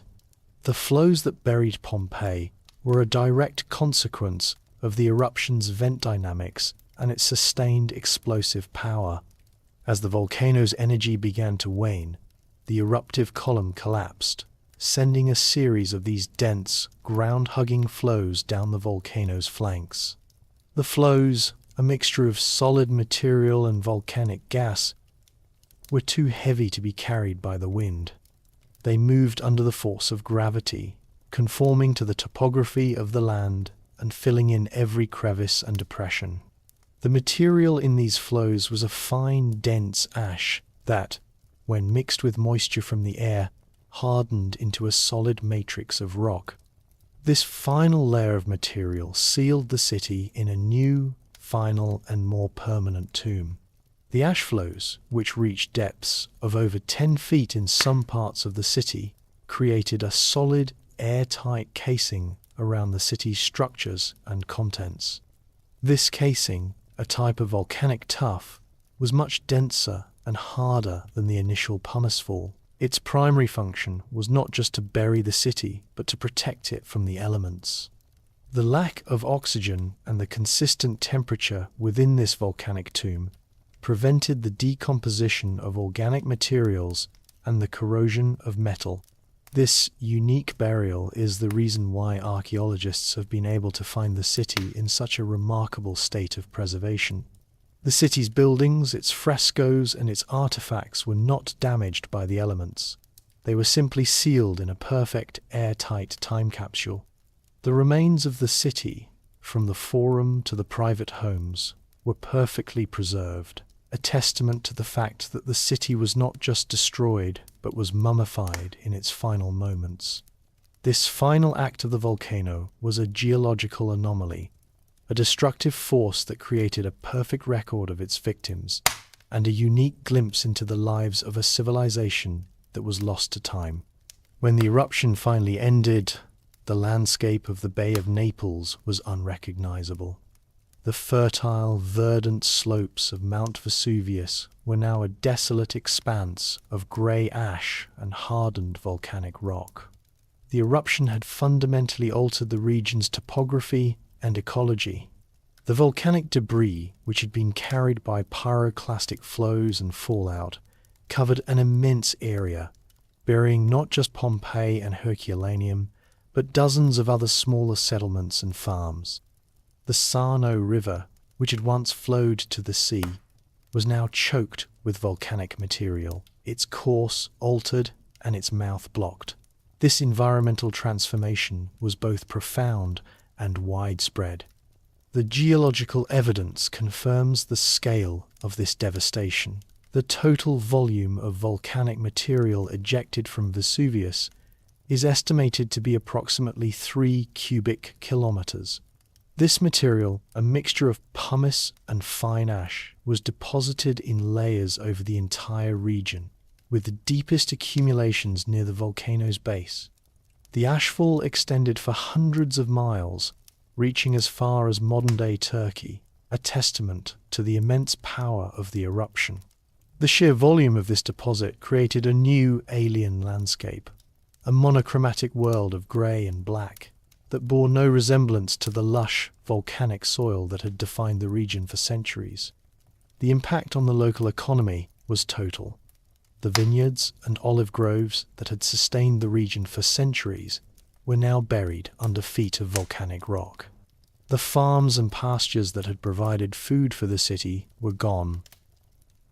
The port of Pompeii, which had been the economic engine of the city, was no longer accessible from the sea. The entire agricultural and commercial infrastructure of the region was destroyed, a catastrophic loss that would have a lasting impact on the Roman economy. The disruption of trade routes and the loss of agricultural production would have created economic hardship for the entire Roman Empire. The human cost was equally immense. The entire populace of Pompeii was lost, and countless others in the surrounding areas were killed. The survivors who had managed to escape were now refugees, their homes and livelihoods gone. They would have been faced with the monumental task of rebuilding their lives in a world that had been fundamentally altered. The landscape of ash and ruin was a grim testament to the volcano's power. The city of Pompeii, which had been a symbol of Roman prosperity, was now a monument to the fragility of human civilization. The city's name would eventually fade from memory, and its location would be lost to time, sealed under a new barren landscape. News of the disaster reached Rome within days, bringing shock and horror to the emperor, Titus. The speed of the news's travel, facilitated by the Roman Empire's efficient courier system, meant that the emperor was informed of the eruption's full scale relatively quickly. Titus, who had only been emperor for a little over a month, was known for his benevolence and his sense of duty. His immediate response was one of compassion and direct action. He dispatched a team of officials to assess the damage and to provide aid to the survivors. This was a direct, pragmatic response aimed at mitigating the human and economic cost of the disaster. The Roman Senate also played a key role. They passed a series of emergency decrees to provide financial and material assistance to the affected region. These decrees included the allocation of public funds for the relief effort and the waiving of taxes for the survivors. The state's response was a testament to the administrative capabilities of the Roman Empire, which, despite its vast size, could respond to a localized disaster with a surprising degree of speed and efficiency. The Roman state was not just a military and political machine, it was also a complex administrative apparatus capable of managing large-scale humanitarian crises. Titus himself visited the affected region twice to personally oversee the relief efforts. His presence on the ground was a symbolic act of imperial solidarity, a direct message to the populace that the emperor was concerned for their well-being. He established a special commission to manage the rebuilding and recovery efforts. However, the scale of the destruction was immense and unprecedented. The city was buried under a layer of tephra and ash so deep that it was beyond any contemporary ability to excavate or restore. The Roman engineers, with all their genius in hydraulic and civil engineering, had no historical precedent or technical solution for a problem of this magnitude. The city of Pompeii was officially declared a disaster area, and the Roman state made the decision not to rebuild it. The cost and technical challenges would have been immense, and the resources were needed elsewhere in the empire. The area was instead designated for public use, and any valuables that could be salvaged were recovered and taken to Rome. This was a pragmatic and, in some ways, a brutal decision. It marked the end of Pompeii as a living city. The city's inhabitants who had survived were granted land and resources in other parts of the empire, a measure that was aimed at resettling the refugees and preventing social unrest. The emperor's response, while compassionate, was also a practical recognition of the limits of Roman power in the face of a cataclysmic natural event. The city was lost, and its memory would eventually fade from the historical record. As the years passed, the city of Pompeii became a ghost, its location known only to a handful of locals who occasionally scavenged for a few relics. The memory of the city's name, Pompeii, gradually faded from the historical record. The site and the surrounding area were referred to colloquially as La Civita, or the city, a vague but persistent reference to the lost urban centre buried beneath the layers of volcanic material. The Roman Empire, despite its immense administrative and military power, did not have the means or the motivation to clear the volcanic debris. The sheer volume of the tephra and ash, which had buried the city under a layer of rock up to 20 feet deep, made any large-scale excavation project unfeasible with ancient technology. The Roman world moved on, and the city of Pompeii was left to a long and silent slumber. The landscape itself changed, contributing to the city's obscurity. The course of the Sano River was altered by the immense deposits of volcanic material, burying the site even deeper beneath layers of alluvium and sediment. The area, once a bustling port and a nexus of commerce, became a quiet agricultural region. New settlements were built over the old volcanic deposits, their foundations unwittingly laid over the sealed city. The people of these new settlements had no knowledge of the lost city beneath their feet. They would occasionally find ancient Roman coins or pottery fragments, but they had no understanding of the vast urban centre that lay just below the surface. The Roman legal system also contributed to the city's long sleep. The land was not a wasteland, but a new fertile territory created by the volcanic deposits. It was a new resource that was owned and farmed by new inhabitants. The idea of digging up the land to find a lost city was not a priority for a civilization that was focused on agricultural production and survival. The city was a historical relic, but it was also a valuable agricultural resource. The city's memory was not lost to history, but it was buried under layers of ash, and then layers of new life. The city remained in this state of geological and historical obscurity for over 1600 years. It was not until the late 16th century that its location was rediscovered, but even then the scale and significance of the find were not immediately understood. The city's memory had faded, and its physical existence was a distant echo. The city of Pompeii was not just lost, it was forgotten. This long period of historical and geographical amnesia is a crucial fact in the city's history, as it ensured that the city's secrets would be preserved for a new age of discovery. The city was a tomb, but it was a tomb that was waiting to be opened. The first inkling of the city's existence came by chance. In the late 16th century, the architect Domenico Fontana, while working on the construction of a new water channel for the Count of Sarno, stumbled upon ancient walls adorned with frescoes. His workers, digging a tunnel through the volcanic rock, discovered fragments of marble, inscriptions, and ancient coins. These finds were initially considered interesting, but not historically significant. The discovery was not immediately followed up with formal excavation. The workers, lacking any historical context for their finds, were simply instructed to continue with their primary task. The tunnel they created for the water channel cut through some of the most important parts of the city, inadvertently destroying valuable archaeological evidence in the process. The subsequent rediscovery occurred in 1709, when Prince d'Elbeuf, while digging a well at his villa in Herculaneum, uncovered a series of marble statues. These statues, which were later identified as artifacts from the ancient theatre of Herculaneum, captivated the prince and led to a series of informal and unscientific excavations.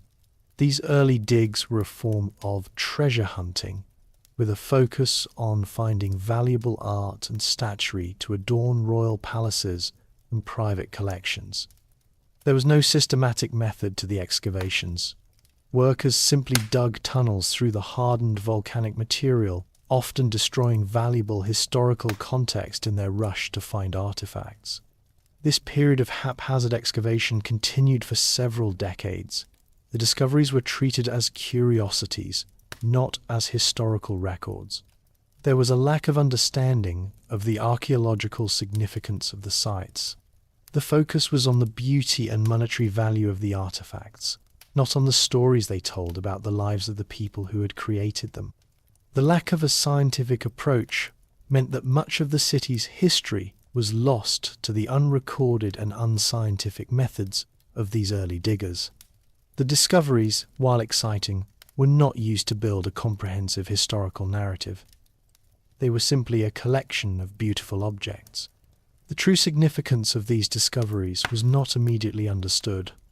The cities were not yet identified. Herculaneum was simply referred to as a source of ancient Roman artifacts, and the Pompeii site was only a place where ancient coins and pottery fragments were found. The city's identity remained a mystery for a long period, a testament to the long historical amnesia that had settled over the region. The rediscovery of these sites was a slow and painstaking process, one that was marked by chance, greed, and a gradual realization of their true historical value. The cities, which had been perfectly preserved for over 1,600 years, were now at risk of being destroyed by the very people who were trying to unearth them. The first formal excavation began in 1748 under the direction of King Charles III of Bourbon, ruler of Naples. This marked a shift from the haphazard treasure hunting of the past to a state-sponsored, if still unscientific, endeavour. The king, an enlightened monarch with a passion for antiquity, was motivated by a desire to acquire classical works of art to adorn his palaces and museum. His initial excavations at Herculaneum were difficult, as the city was buried under a much harder volcanic tuff. The work involved digging deep tunnels through solid rock, a slow and dangerous process. The discovery of Pompeii, however, proved to be much more accessible, as the city was buried in a softer layer of pumice and ash. The early excavations at Pompeii were a direct result of this discovery. The king's primary goal was the acquisition of artifacts, not the preservation of the historical context. The excavations were directed by military engineers and architects who had no training in archaeology. The approach was simple: The workers, who were largely local laborers, were instructed to tunnel through the volcanic deposits, often destroying walls and frescoes in their rush to find statues, mosaics, and other valuable objects. The focus was on the spectacular and the valuable, with little regard for the mundane details of daily life that would later be a source of so much historical information. The artifacts that were found were immediately sent to the Royal Museum in Pompeii, where they were meticulously catalogued and displayed. The focus on art and statuary was so intense that many valuable items, such as tools and household objects, were simply discarded or sold on the black market. The lack of a systematic approach meant that the relationships between objects and their context were lost. A statue found in a garden, for instance, might be recorded, but the details of the garden's layout or its relationship to the surrounding buildings were not. This lack of a scientific method meant that a large part of the city's history was destroyed during its rediscovery. The excavations, however, were not entirely without merit. They brought the city of Pompeii to the attention of the wider European intellectual community. Scholars, artists, and aristocrats flocked to the site, eager to see the lost world that was being brought back to life. The discoveries fueled the neoclassical movement, a new artistic and architectural style that drew inspiration from the classical world. The city of Pompeii became a symbol of the lost Roman world, a source of endless fascination for a Europe that was looking to its classical past for inspiration. This period of unscientific excavation was a crucial first step in the city's rediscovery, a period of treasure hunting that would eventually give way to a new, more scientific approach to archaeology. The early excavations were a period of unbridled treasure hunting. Following King Charles III's sponsorship, the digs at Pompeii became a systematic, albeit unscientific, search for artifacts of high monetary and artistic value. The primary focus was on finding statuary, murals, and other portable works of art that could be displayed in the Royal Museum in Pompeii. There was a notable disregard for the preservation of the archaeological context. Workers, many of whom were local labourers and military engineers, were given a simple directive: find the most valuable items and send them to the museum. This approach led to a great deal of destruction, as frescoes were often stripped from walls with little care, and architectural features were damaged in the rush to find a valuable object. This period, which lasted for several decades, resulted in the loss of invaluable historical information. The relationship between objects and their location was not meticulously documented. A statue might be found in a particular room, but the function of that room or its relationship to the rest of the house was not recorded. This lack of a scientific method meant that the city's story was being told in fragments, not as a coherent whole. The focus on art and statuary was so intense that many of the more mundane artifacts of daily life, such as tools, household objects, and pottery, were either discarded or sold on the black market. These items, which would later be a source of so much information about Roman life, were considered worthless and were largely ignored. The royal patronage also led to the creation of a closed and secretive archaeological site. The king, eager to maintain his monopoly on the discoveries, restricted access to the site to a select few. The information about the discoveries was carefully controlled, and many of the most important finds were not made public. This secrecy was a direct result of the perceived value of the artifacts. The king saw them as a source of wealth and prestige for his kingdom, not as a public good for the advancement of human knowledge. The discoveries fueled a booming black market for Roman antiquities, as many of the workers on the site would secretly sell their finds to private collectors. This illicit trade led to the further loss of historical information. The age of treasure hunting was a period of both discovery and destruction.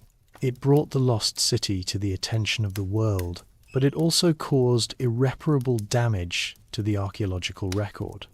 The unscientific and greedy nature of these early digs meant that much of the city's story was lost forever. The focus on spectacular finds over historical context was a defining characteristic of this period, a fact that would later be a source of great frustration for a new generation of archaeologists who would seek to understand the city's true historical value. The city's secrets were being revealed, but at a cost. The arrival of Giuseppe Fiorelli in 1863 marked a pivotal turning point in the history of Pompeii. The excavations, which had been characterized by unscientific treasure hunting for over a century, were transformed into a methodical and systematic archaeological endeavor.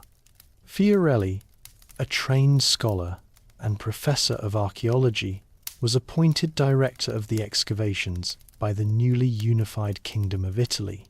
His first action was to end the haphazard digging and introduce a rigorous scientific methodology.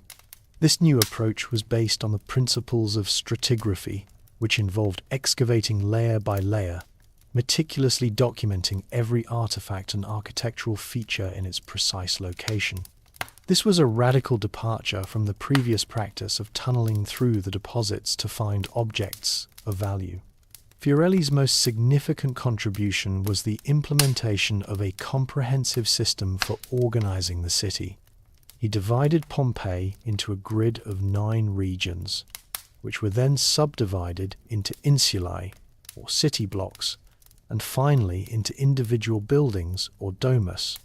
This system, which is still in use today, provided a clear and consistent framework for documentation and analysis. Every find, from the largest statue to the smallest coin, was recorded with its exact location, allowing for the reconstruction of the city's social and economic life. This new level of detail allowed historians to study the relationships between objects and their context, and to understand the city as a coherent whole, not just a collection of fragments. Fiorelli also introduced the concept of a closed and controlled archaeological site. He restricted access to the site to a select group of scholars and students, and he implemented a rigorous security system to prevent the theft and illicit sale of artifacts. This was a direct response to the treasure hunting of the previous century, which had resulted in the loss of so much valuable information. The artifacts that were found were no longer sent to royal collections, but were kept in a new on-site museum, the antiquarium, where they could be studied by scholars. This new level of control and public access transformed the city from a source of private wealth to a public good for the advancement of human knowledge. The most famous of Fiorelli's innovations was the development of a technique for creating plaster casts of the victims. He noticed that the bodies of the victims had left hollow voids in the hardened volcanic ash. He developed a technique for pouring liquid plaster into these voids, which hardened to create a perfect, three-dimensional cast of the person's body.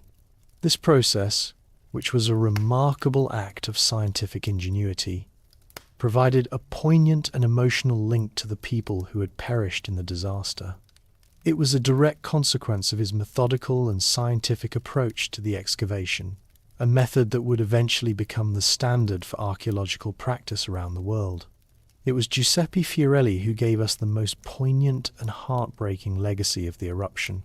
His methodical and scientific approach to excavation led to his most famous innovation: the technique for creating plaster casts of the victims. During the excavation, Fiorelli's workers noticed that as they dug through the hardened layers of volcanic ash, they would find hollow voids in the rock.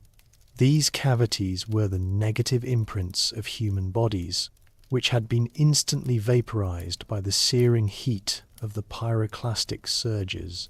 The fine volcanic ash had perfectly encased the bodies, hardening into a solid matrix of rock and preserving a detailed mould of the person's final moments. Fiorelli, with a remarkable act of scientific ingenuity, developed a technique for filling these voids. He had his workers carefully drill a small hole into the top of the cavity.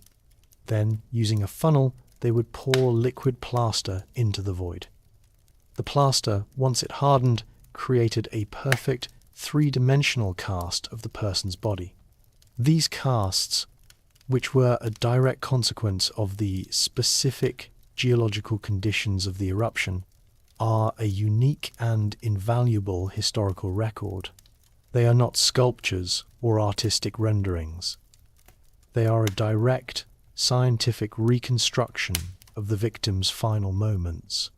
The process has also been used to create casts of animals and other organic materials, such as wooden furniture and tree roots. The plaster casts provide an unprecedented level of detail about the lives of the inhabitants. We can see the expressions on their faces, the folds in their clothes, and the positions of their hands and feet. The casts of families, found huddled together in final tragic embraces, are a powerful and emotional testimony to the disaster. The casts of a young boy and his dog, found in a final embrace, have become an iconic symbol of the tragedy. These casts, which are a direct product of the scientific method, give a human face to the geological event. They transform the anonymous victims of a natural disaster into real people with real stories. The technique of creating plaster casts of the victims has been refined over the years, with modern archaeologists using a different type of resin to create more durable and detailed casts. The remains of the victims, however, are not just a source of emotional connection. They are a source of invaluable scientific and historical information. The casts have been used to study the health and diet of the ancient Romans, to understand their genetic makeup, and to reconstruct their social and family structures. The casts are a powerful reminder that the city of Pompeii was not just a collection of buildings and artifacts, but a living, breathing community that was lost in a single, tragic moment. The systematic excavation of Pompeii has revealed a city frozen in time, a perfect, detailed snapshot of Roman life. This unique state of preservation is a direct result of the specific geological conditions of the eruption, which sealed the city in a dense, airtight matrix of volcanic material. The meticulous work of archaeologists, beginning with Giuseppe Fiorelli's scientific methodology, has allowed for the reconstruction of the city's urban fabric in an unparalleled way. We can see the city's street plan, its public buildings, and its private residences exactly as they were on the day of the eruption. The city's commercial life is particularly well documented. We can see the workshops of artisans with their tools and materials still in place. The remains of a blacksmith's forge, a weaver's loom, and a potter's wheel have been discovered, providing a detailed look into Roman craftsmanship. The city's food industry is also a source of rich information. The remains of bakeries, with their flour mills and ovens, have been found in a perfect state of preservation. The loaves of bread, which were carbonized by the heat of the eruption, are a unique and invaluable historical record of Roman diet and food production. The city's social and political life is also documented in astonishing detail. The public spaces of the city, such as the Forum and the amphitheatre, have been excavated, providing a clear picture of Roman civic life. The walls of the city are a source of endless information, with graffiti and electoral slogans providing a raw and unfiltered view of Roman society. The political endorsements, which were painted on the walls by various guilds and associations, offer a glimpse into the local politics of the city. The insults and jokes, which were scratched into the plaster, provide a human face to the anonymous citizens of the city. The private residences of Pompeii, which have been so meticulously preserved, are a source of invaluable information about Roman family life and social structure. The houses of the wealthy, with their elaborate frescoes and intricate mosaics, provide a glimpse into the lives of the city's elite. The homes of the poor, with their simple furnishings and lack of decoration, offer a glimpse into the lives of the working class. The city's unique state of preservation has allowed us to study the social and economic disparities of Roman society in a way that is not possible at other ancient sites. The city of Pompeii is not just a collection of artifacts, it is a living laboratory of Roman history, a perfect and detailed snapshot of a civilization that was lost to time. The most compelling aspect of Pompeii is the human element. The stories of the people who lived and died there are etched in the ash and the rock, and the archaeological record provides an intimate and personal glimpse into their lives. The plaster casts of the victims, a direct consequence of the geological conditions of the eruption, are a unique and invaluable historical record of the human toll.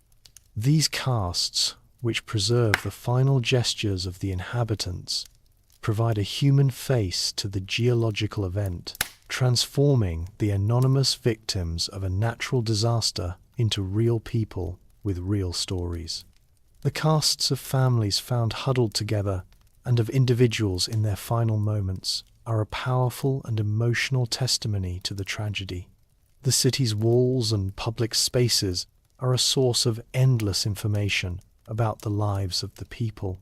Graffiti, a form of popular expression, is abundant throughout the city, providing a raw and unfiltered view of Roman street life. These inscriptions, which include everything from personal messages to insults and jokes, offer a glimpse into the daily lives of the citizens. The political endorsements, which were painted on the walls by various guilds and associations, offer a glimpse into the local politics of the city and the power of popular opinion. The electoral slogans, which were a form of public campaigning, are a testament to the city's vibrant and democratic political culture. The private residences of Pompeii, which have been so meticulously preserved, are a source of invaluable information about Roman family life and social structure. The houses of the wealthy, with their elaborate frescoes and intricate mosaics, provide a glimpse into the lives of the city's elite. The homes of the poor, with their simple furnishings and lack of decoration, offer a glimpse into the lives of the working class. The city's unique state of preservation has allowed us to study the social and economic disparities of Roman society in a way that is not possible at other ancient sites. The artifacts found in these homes, from the tools of the craftsmen to the toys of the children, provide a tangible connection to the people who once lived there. The remains of the victims themselves are also a source of invaluable scientific and historical information. The casts have been used to study the health and diet of the ancient Romans, to understand their genetic makeup, and to reconstruct their social and family structures. The forensic analysis of the remains has provided a wealth of information about the causes of death, the physical condition of the populace, and their final moments. The city is a unique and invaluable historical record of the human toll of a natural disaster, a powerful reminder of the fragility of human life in the face of natural forces. The discovery of Pompeii was more than a historical event. It was a cultural phenomenon that would captivate the imagination of the world. The city's re-emergence from its volcanic tomb in the 18th century provided a new, tangible link to the classical past, a connection that had previously existed only in the pages of books. This physical connection to Roman antiquity sparked a renewed interest in the classical world, leading to a new intellectual and artistic movement known as neoclassicism. Artists, architects, and scholars flocked to the site, eager to see the lost world that had been brought back to life.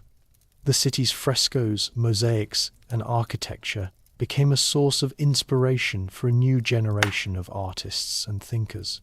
The discoveries at Pompeii directly influenced European art and design. The intricate frescoes of Pompeian villas, with their bold colors and mythological scenes, provided new models for painting and interior decoration. The edicular architecture of the city's public buildings and temples, with their symmetrical forms and classical proportions, became a source of inspiration for architects.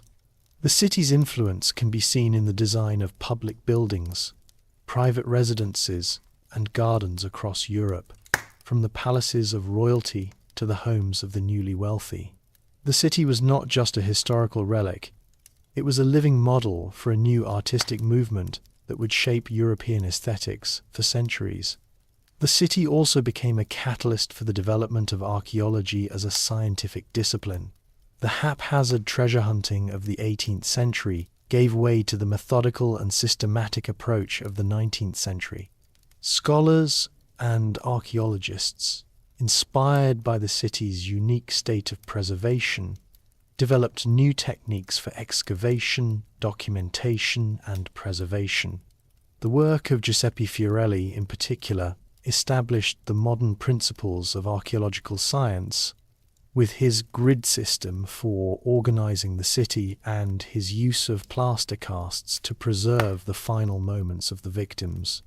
The city's unique state of preservation made it a living laboratory for a new generation of archaeologists. The city also had a significant impact on literature and popular culture. The story of its tragic end, which was a subject of endless fascination, inspired a new wave of novels, poems, and plays. The most famous of these was Edward Bulwer Lytton's novel, The Last Days of Pompeii, which was a bestseller in the 19th century and brought the story of the city to a mass audience. The novel and the subsequent films and plays that it inspired helped to shape the popular imagination of the city as a place of both opulence and tragedy. The city's story was not just a historical fact, it was a powerful narrative that would be told and retold for generations. The city that was lost was now being rebuilt, not with stone and mortar, but with art, literature, and knowledge. Today, the greatest challenge facing Pompeii is not excavation, but preservation.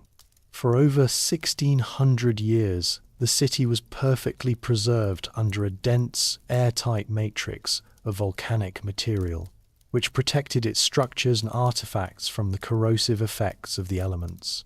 However, since its excavation began in the 18th century, the city has been exposed to the damaging effects of weather, air pollution, and the wear and tear of millions of tourists. The very act of discovery has put the city at risk. The city, which was a time capsule of Roman life, is now a fragile historical monument in need of constant care and protection.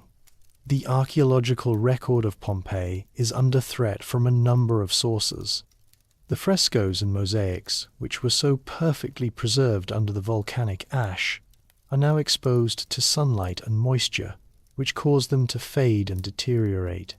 The plaster casts of the victims, which are a unique and invaluable historical record, are also fragile. They are susceptible to erosion from rain and wind, and their internal structure can be damaged by temperature fluctuations. The city's ancient structures, which were not built to withstand centuries of exposure, are also in a state of constant decay.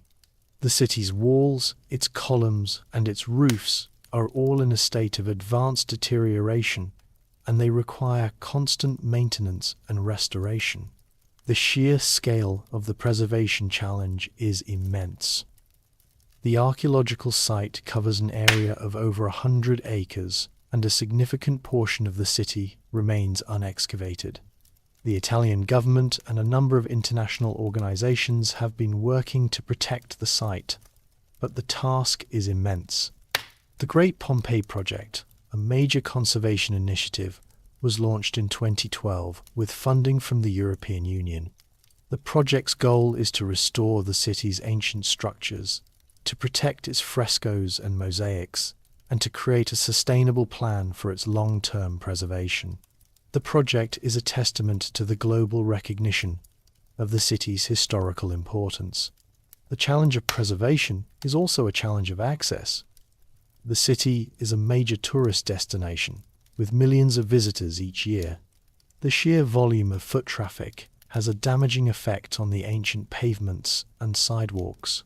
The tourists who are drawn to the city's unique historical record are also a source of damage. The challenge is to find a balance between public access and historical preservation. The city is not a museum, it is an open-air archaeological site. The city's continued existence is a testament to the efforts of a new generation of archaeologists and conservators who are dedicated to protecting its legacy. The city that was lost to a volcano is now at risk of being lost to time. Despite centuries of excavation, Pompeii continues to yield new secrets. A significant portion of the city, approximately 1/3, remains unexcavated, a deliberate decision by modern archaeologists to preserve a part of the city for future generations. With more advanced techniques and less invasive methods, this unexcavated area is a source of immense historical information that is yet to be discovered. However, even within the excavated areas, new discoveries are made on a regular basis, providing a continuous stream of new information about Roman life. Recent archaeological work has focused on new, more scientific methods. Ground-penetrating radar and other non-invasive technologies are being used to map the unexcavated areas, giving archaeologists a clear picture of what lies beneath the surface without having to dig. These techniques allow for a more strategic and less destructive approach to excavation, ensuring that the city's historical record is preserved. The use of new technologies has also led to a more complete and detailed understanding of the city's urban landscape. For instance, the discovery of the city's complex network of aqueducts and pipes has provided new information about Roman engineering and urban planning. The new discoveries are also providing a more nuanced and detailed picture of Roman life. The discovery of a thermopolium, a Roman fast food counter, with its vivid frescoes and its traces of food, has given us an unparalleled glimpse into the daily lives of the working class. The counter, which was equipped with a series of terracotta pots, was a popular spot for a quick and inexpensive meal. The frescoes on the counter, which depict scenes of food and daily life, are a source of invaluable information about Roman diet and popular culture. The discovery of a set of Roman dice, a perfect historical record of the kind of games played by the Romans, has also been invaluable. The city is a living museum, and every day new discoveries are being made. The discovery of a wealthy merchant's villa with its intricate frescoes and beautiful mosaics has provided new information about the lives of the city's elite. The discovery of a set of Roman medical instruments has provided new information about Roman medicine and surgery. The city's continuous stream of new information is a testament to the fact that the city is not just a historical relic, but a living laboratory of Roman history. The city's story is still being written, one discovery at a time. The city that was lost to a volcano is now a source of endless historical information for a new generation of scholars and archaeologists. Mount Vesuvius, the mountain that destroyed Pompeii, is not a sleeping giant. It is an active volcano with a long and well-documented history of eruptions since the catastrophic event of 79 AD. Its behavior is a critical part of the historical record and the ongoing scientific study of the region. Since the Roman era, Vesuvius has erupted dozens of times, with its activity characterized by periods of both explosive and effusive eruptions. These post-79 AD events, while not as devastating as the Plinian eruption that buried Pompeii, have had a significant impact on the landscape and the population of the Bay of Naples. The volcano's most recent major eruption occurred in March 1944. During this event, a lava flow from the summit destroyed the towns of San Sebastiano and Massa di Somma. The eruption's tephra fall and seismic activity were also significant. The event was a powerful reminder of the volcano's destructive potential, even after centuries of relative calm. The eruption was a direct consequence of the volcano's sustained internal activity, which is a continuous geological process. Vesuvius is a composite volcano, or stratovolcano, and its eruptions are characterized by a buildup of pressure within its magma chamber. This pressure is released through explosive eruptions, which are often preceded by periods of seismic activity and gas emissions. Today, Mount Vesuvius is one of the most closely monitored volcanoes in the world. Its activity is tracked by the Vesuvius Observatory, a research center that has been in operation since 1841. The observatory's scientists use a variety of modern techniques to monitor the volcano's internal state. These include seismic monitoring, which tracks the movement of magma and gas within the volcano, gas emission analysis, which measures the composition and volume of volcanic gases released from the crater, and ground deformation monitoring, which measures the subtle swelling or subsidence of the volcano's flanks. This continuous scientific surveillance is a critical part of modern-day safety and preparedness efforts. The city of Naples and the surrounding region are home to over 3 million people, a population that lives in the direct shadow of the volcano. The Italian government and civil protection authorities have developed a comprehensive evacuation plan for the region in the event of a new eruption. The plan is based on the historical and geological record of Vesuvius's past eruptions, and it is a testament to the fact that the lessons of Pompeii have been learned. The volcano is a constant and tangible reminder of the fragility of human life in the face of natural forces. The city's story is not just a historical relic, it is a vital part of modern-day life, a source of both historical information and a constant reminder of the potential for a new disaster. The story of Pompeii has become a universal cautionary tale about the power of nature and the fragility of human civilization. The city's abrupt and violent end serves as a potent historical fact, a vivid demonstration of how even a sophisticated and prosperous society can be obliterated by a natural force. This narrative has transcended its specific historical context to become a powerful symbol of human vulnerability.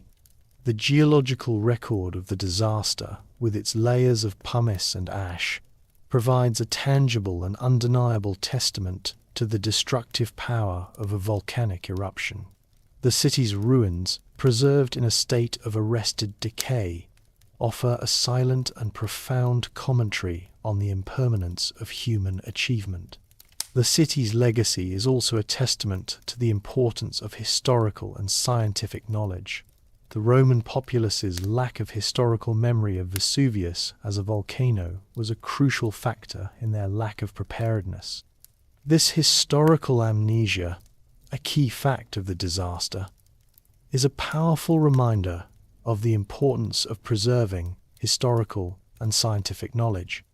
Today, the city's story is a vital part of modern-day geological and volcanological science.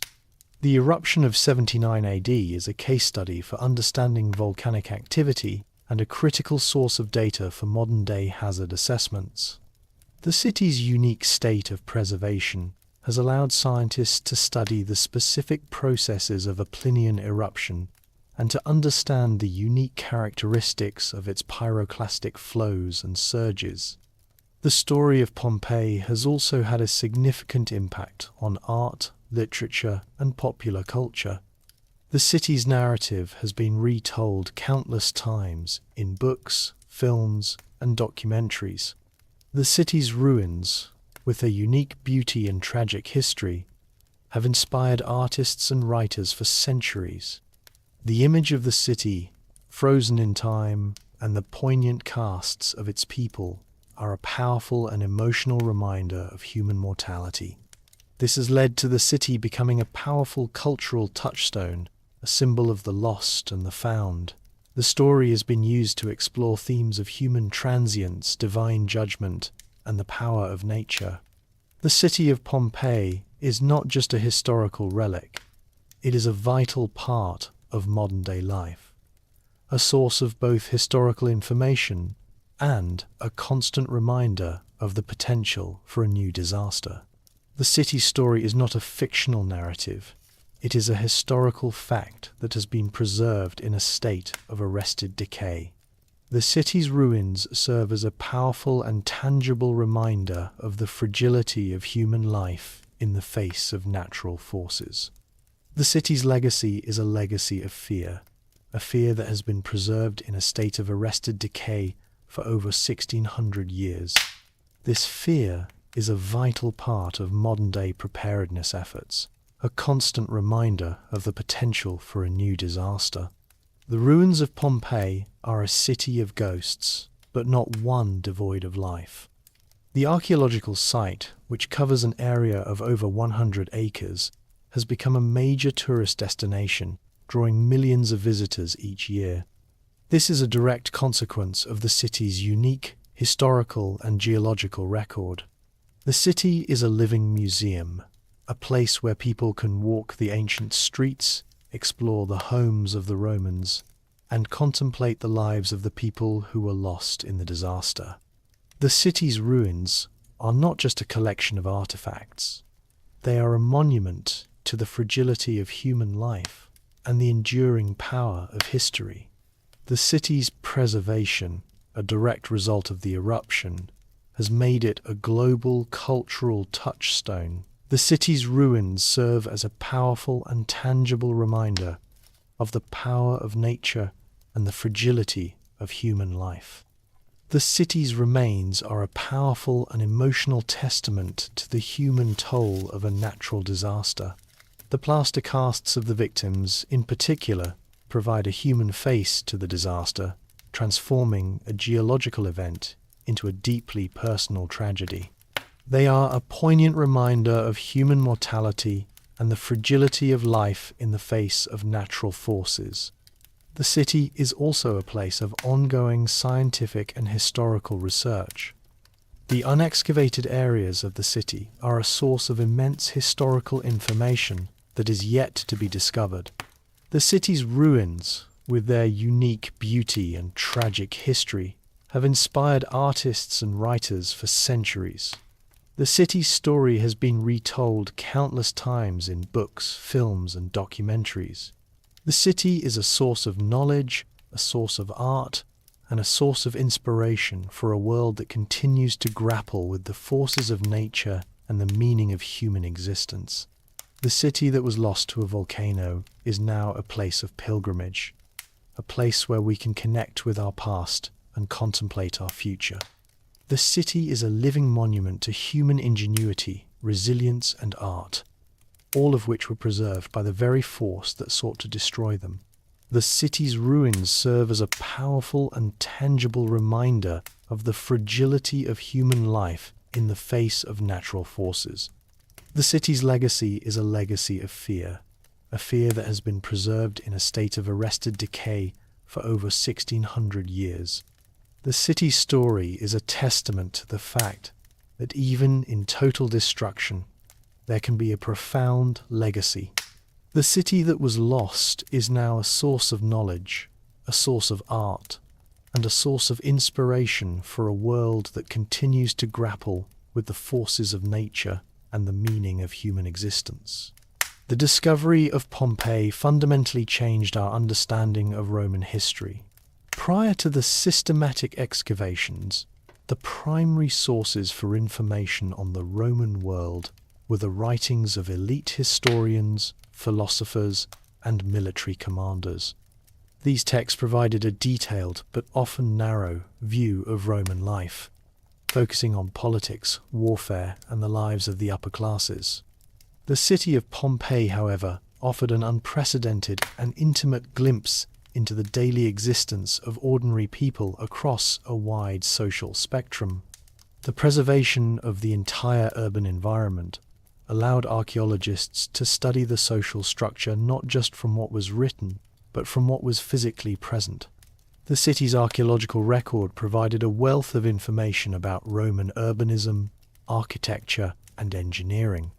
The intact grid of streets, the layout of homes, and the complexity of the city's water and drainage systems provided direct evidence of Roman town planning. The remains of workshops and commercial buildings revealed the tools and methods used by artisans. For example, the workshops of fullers contained all the vats and basins necessary for cleaning and processing wool, giving us a complete understanding of the Roman textile industry. Similarly, the remains of bakeries with their flour mills and ovens provided a detailed look into the Roman food industry. This level of detail was impossible to glean from traditional literary sources. Pompeii also became a critical resource for understanding the lives of Roman social classes beyond the elite. The remains of slaves, freedmen, and merchants were found alongside those of senators. The discovery of graffiti on walls, which included everything from political endorsements to personal jokes and insults, provided a raw and unfiltered view of Roman street life. Electoral slogans painted on the sides of buildings offered insights into local politics and the power of popular opinion. This evidence gave historians a new perspective, allowing them to study not just the history of the powerful, but the social history of an entire community.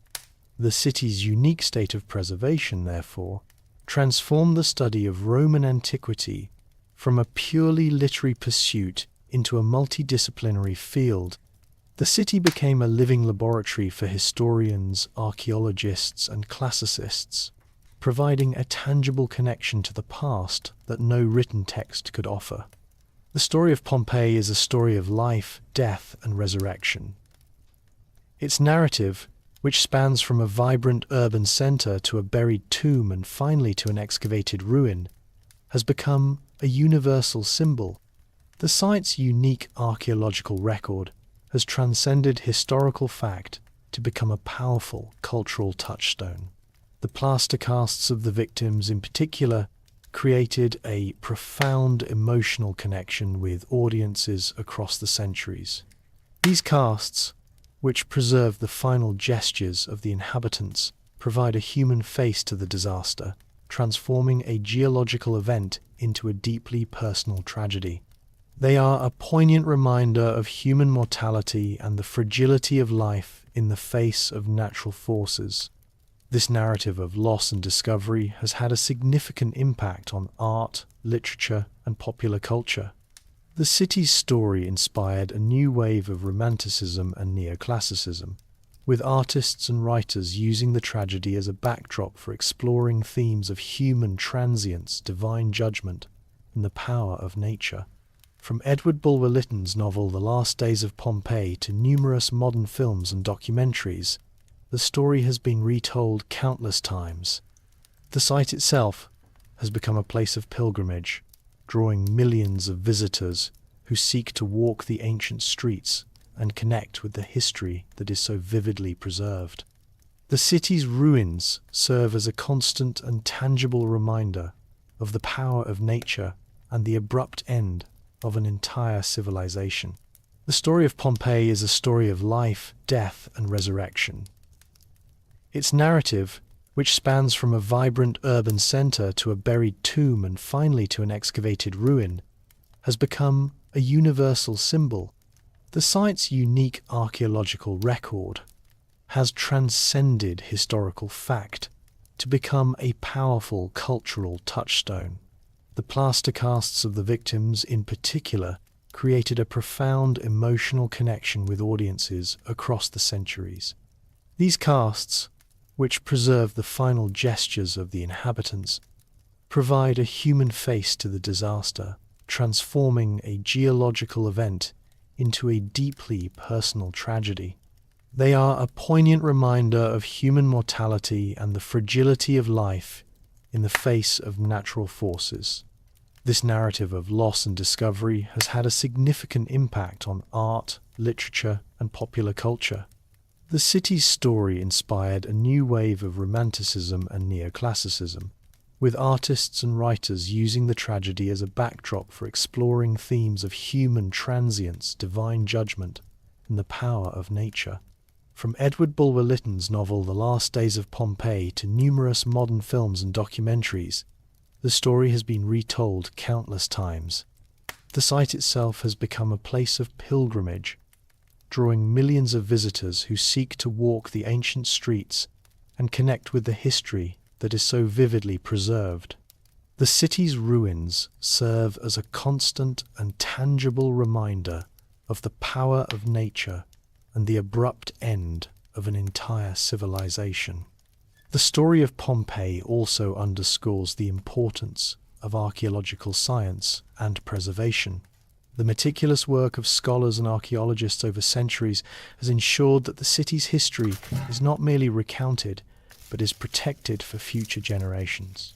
The city is a living monument to human ingenuity, resilience, and art, all of which were preserved by the very force that sought to destroy them. The city that was lost is now a source of knowledge, a source of art, and a source of inspiration for a world that continues to grapple with the forces of nature and the meaning of human existence.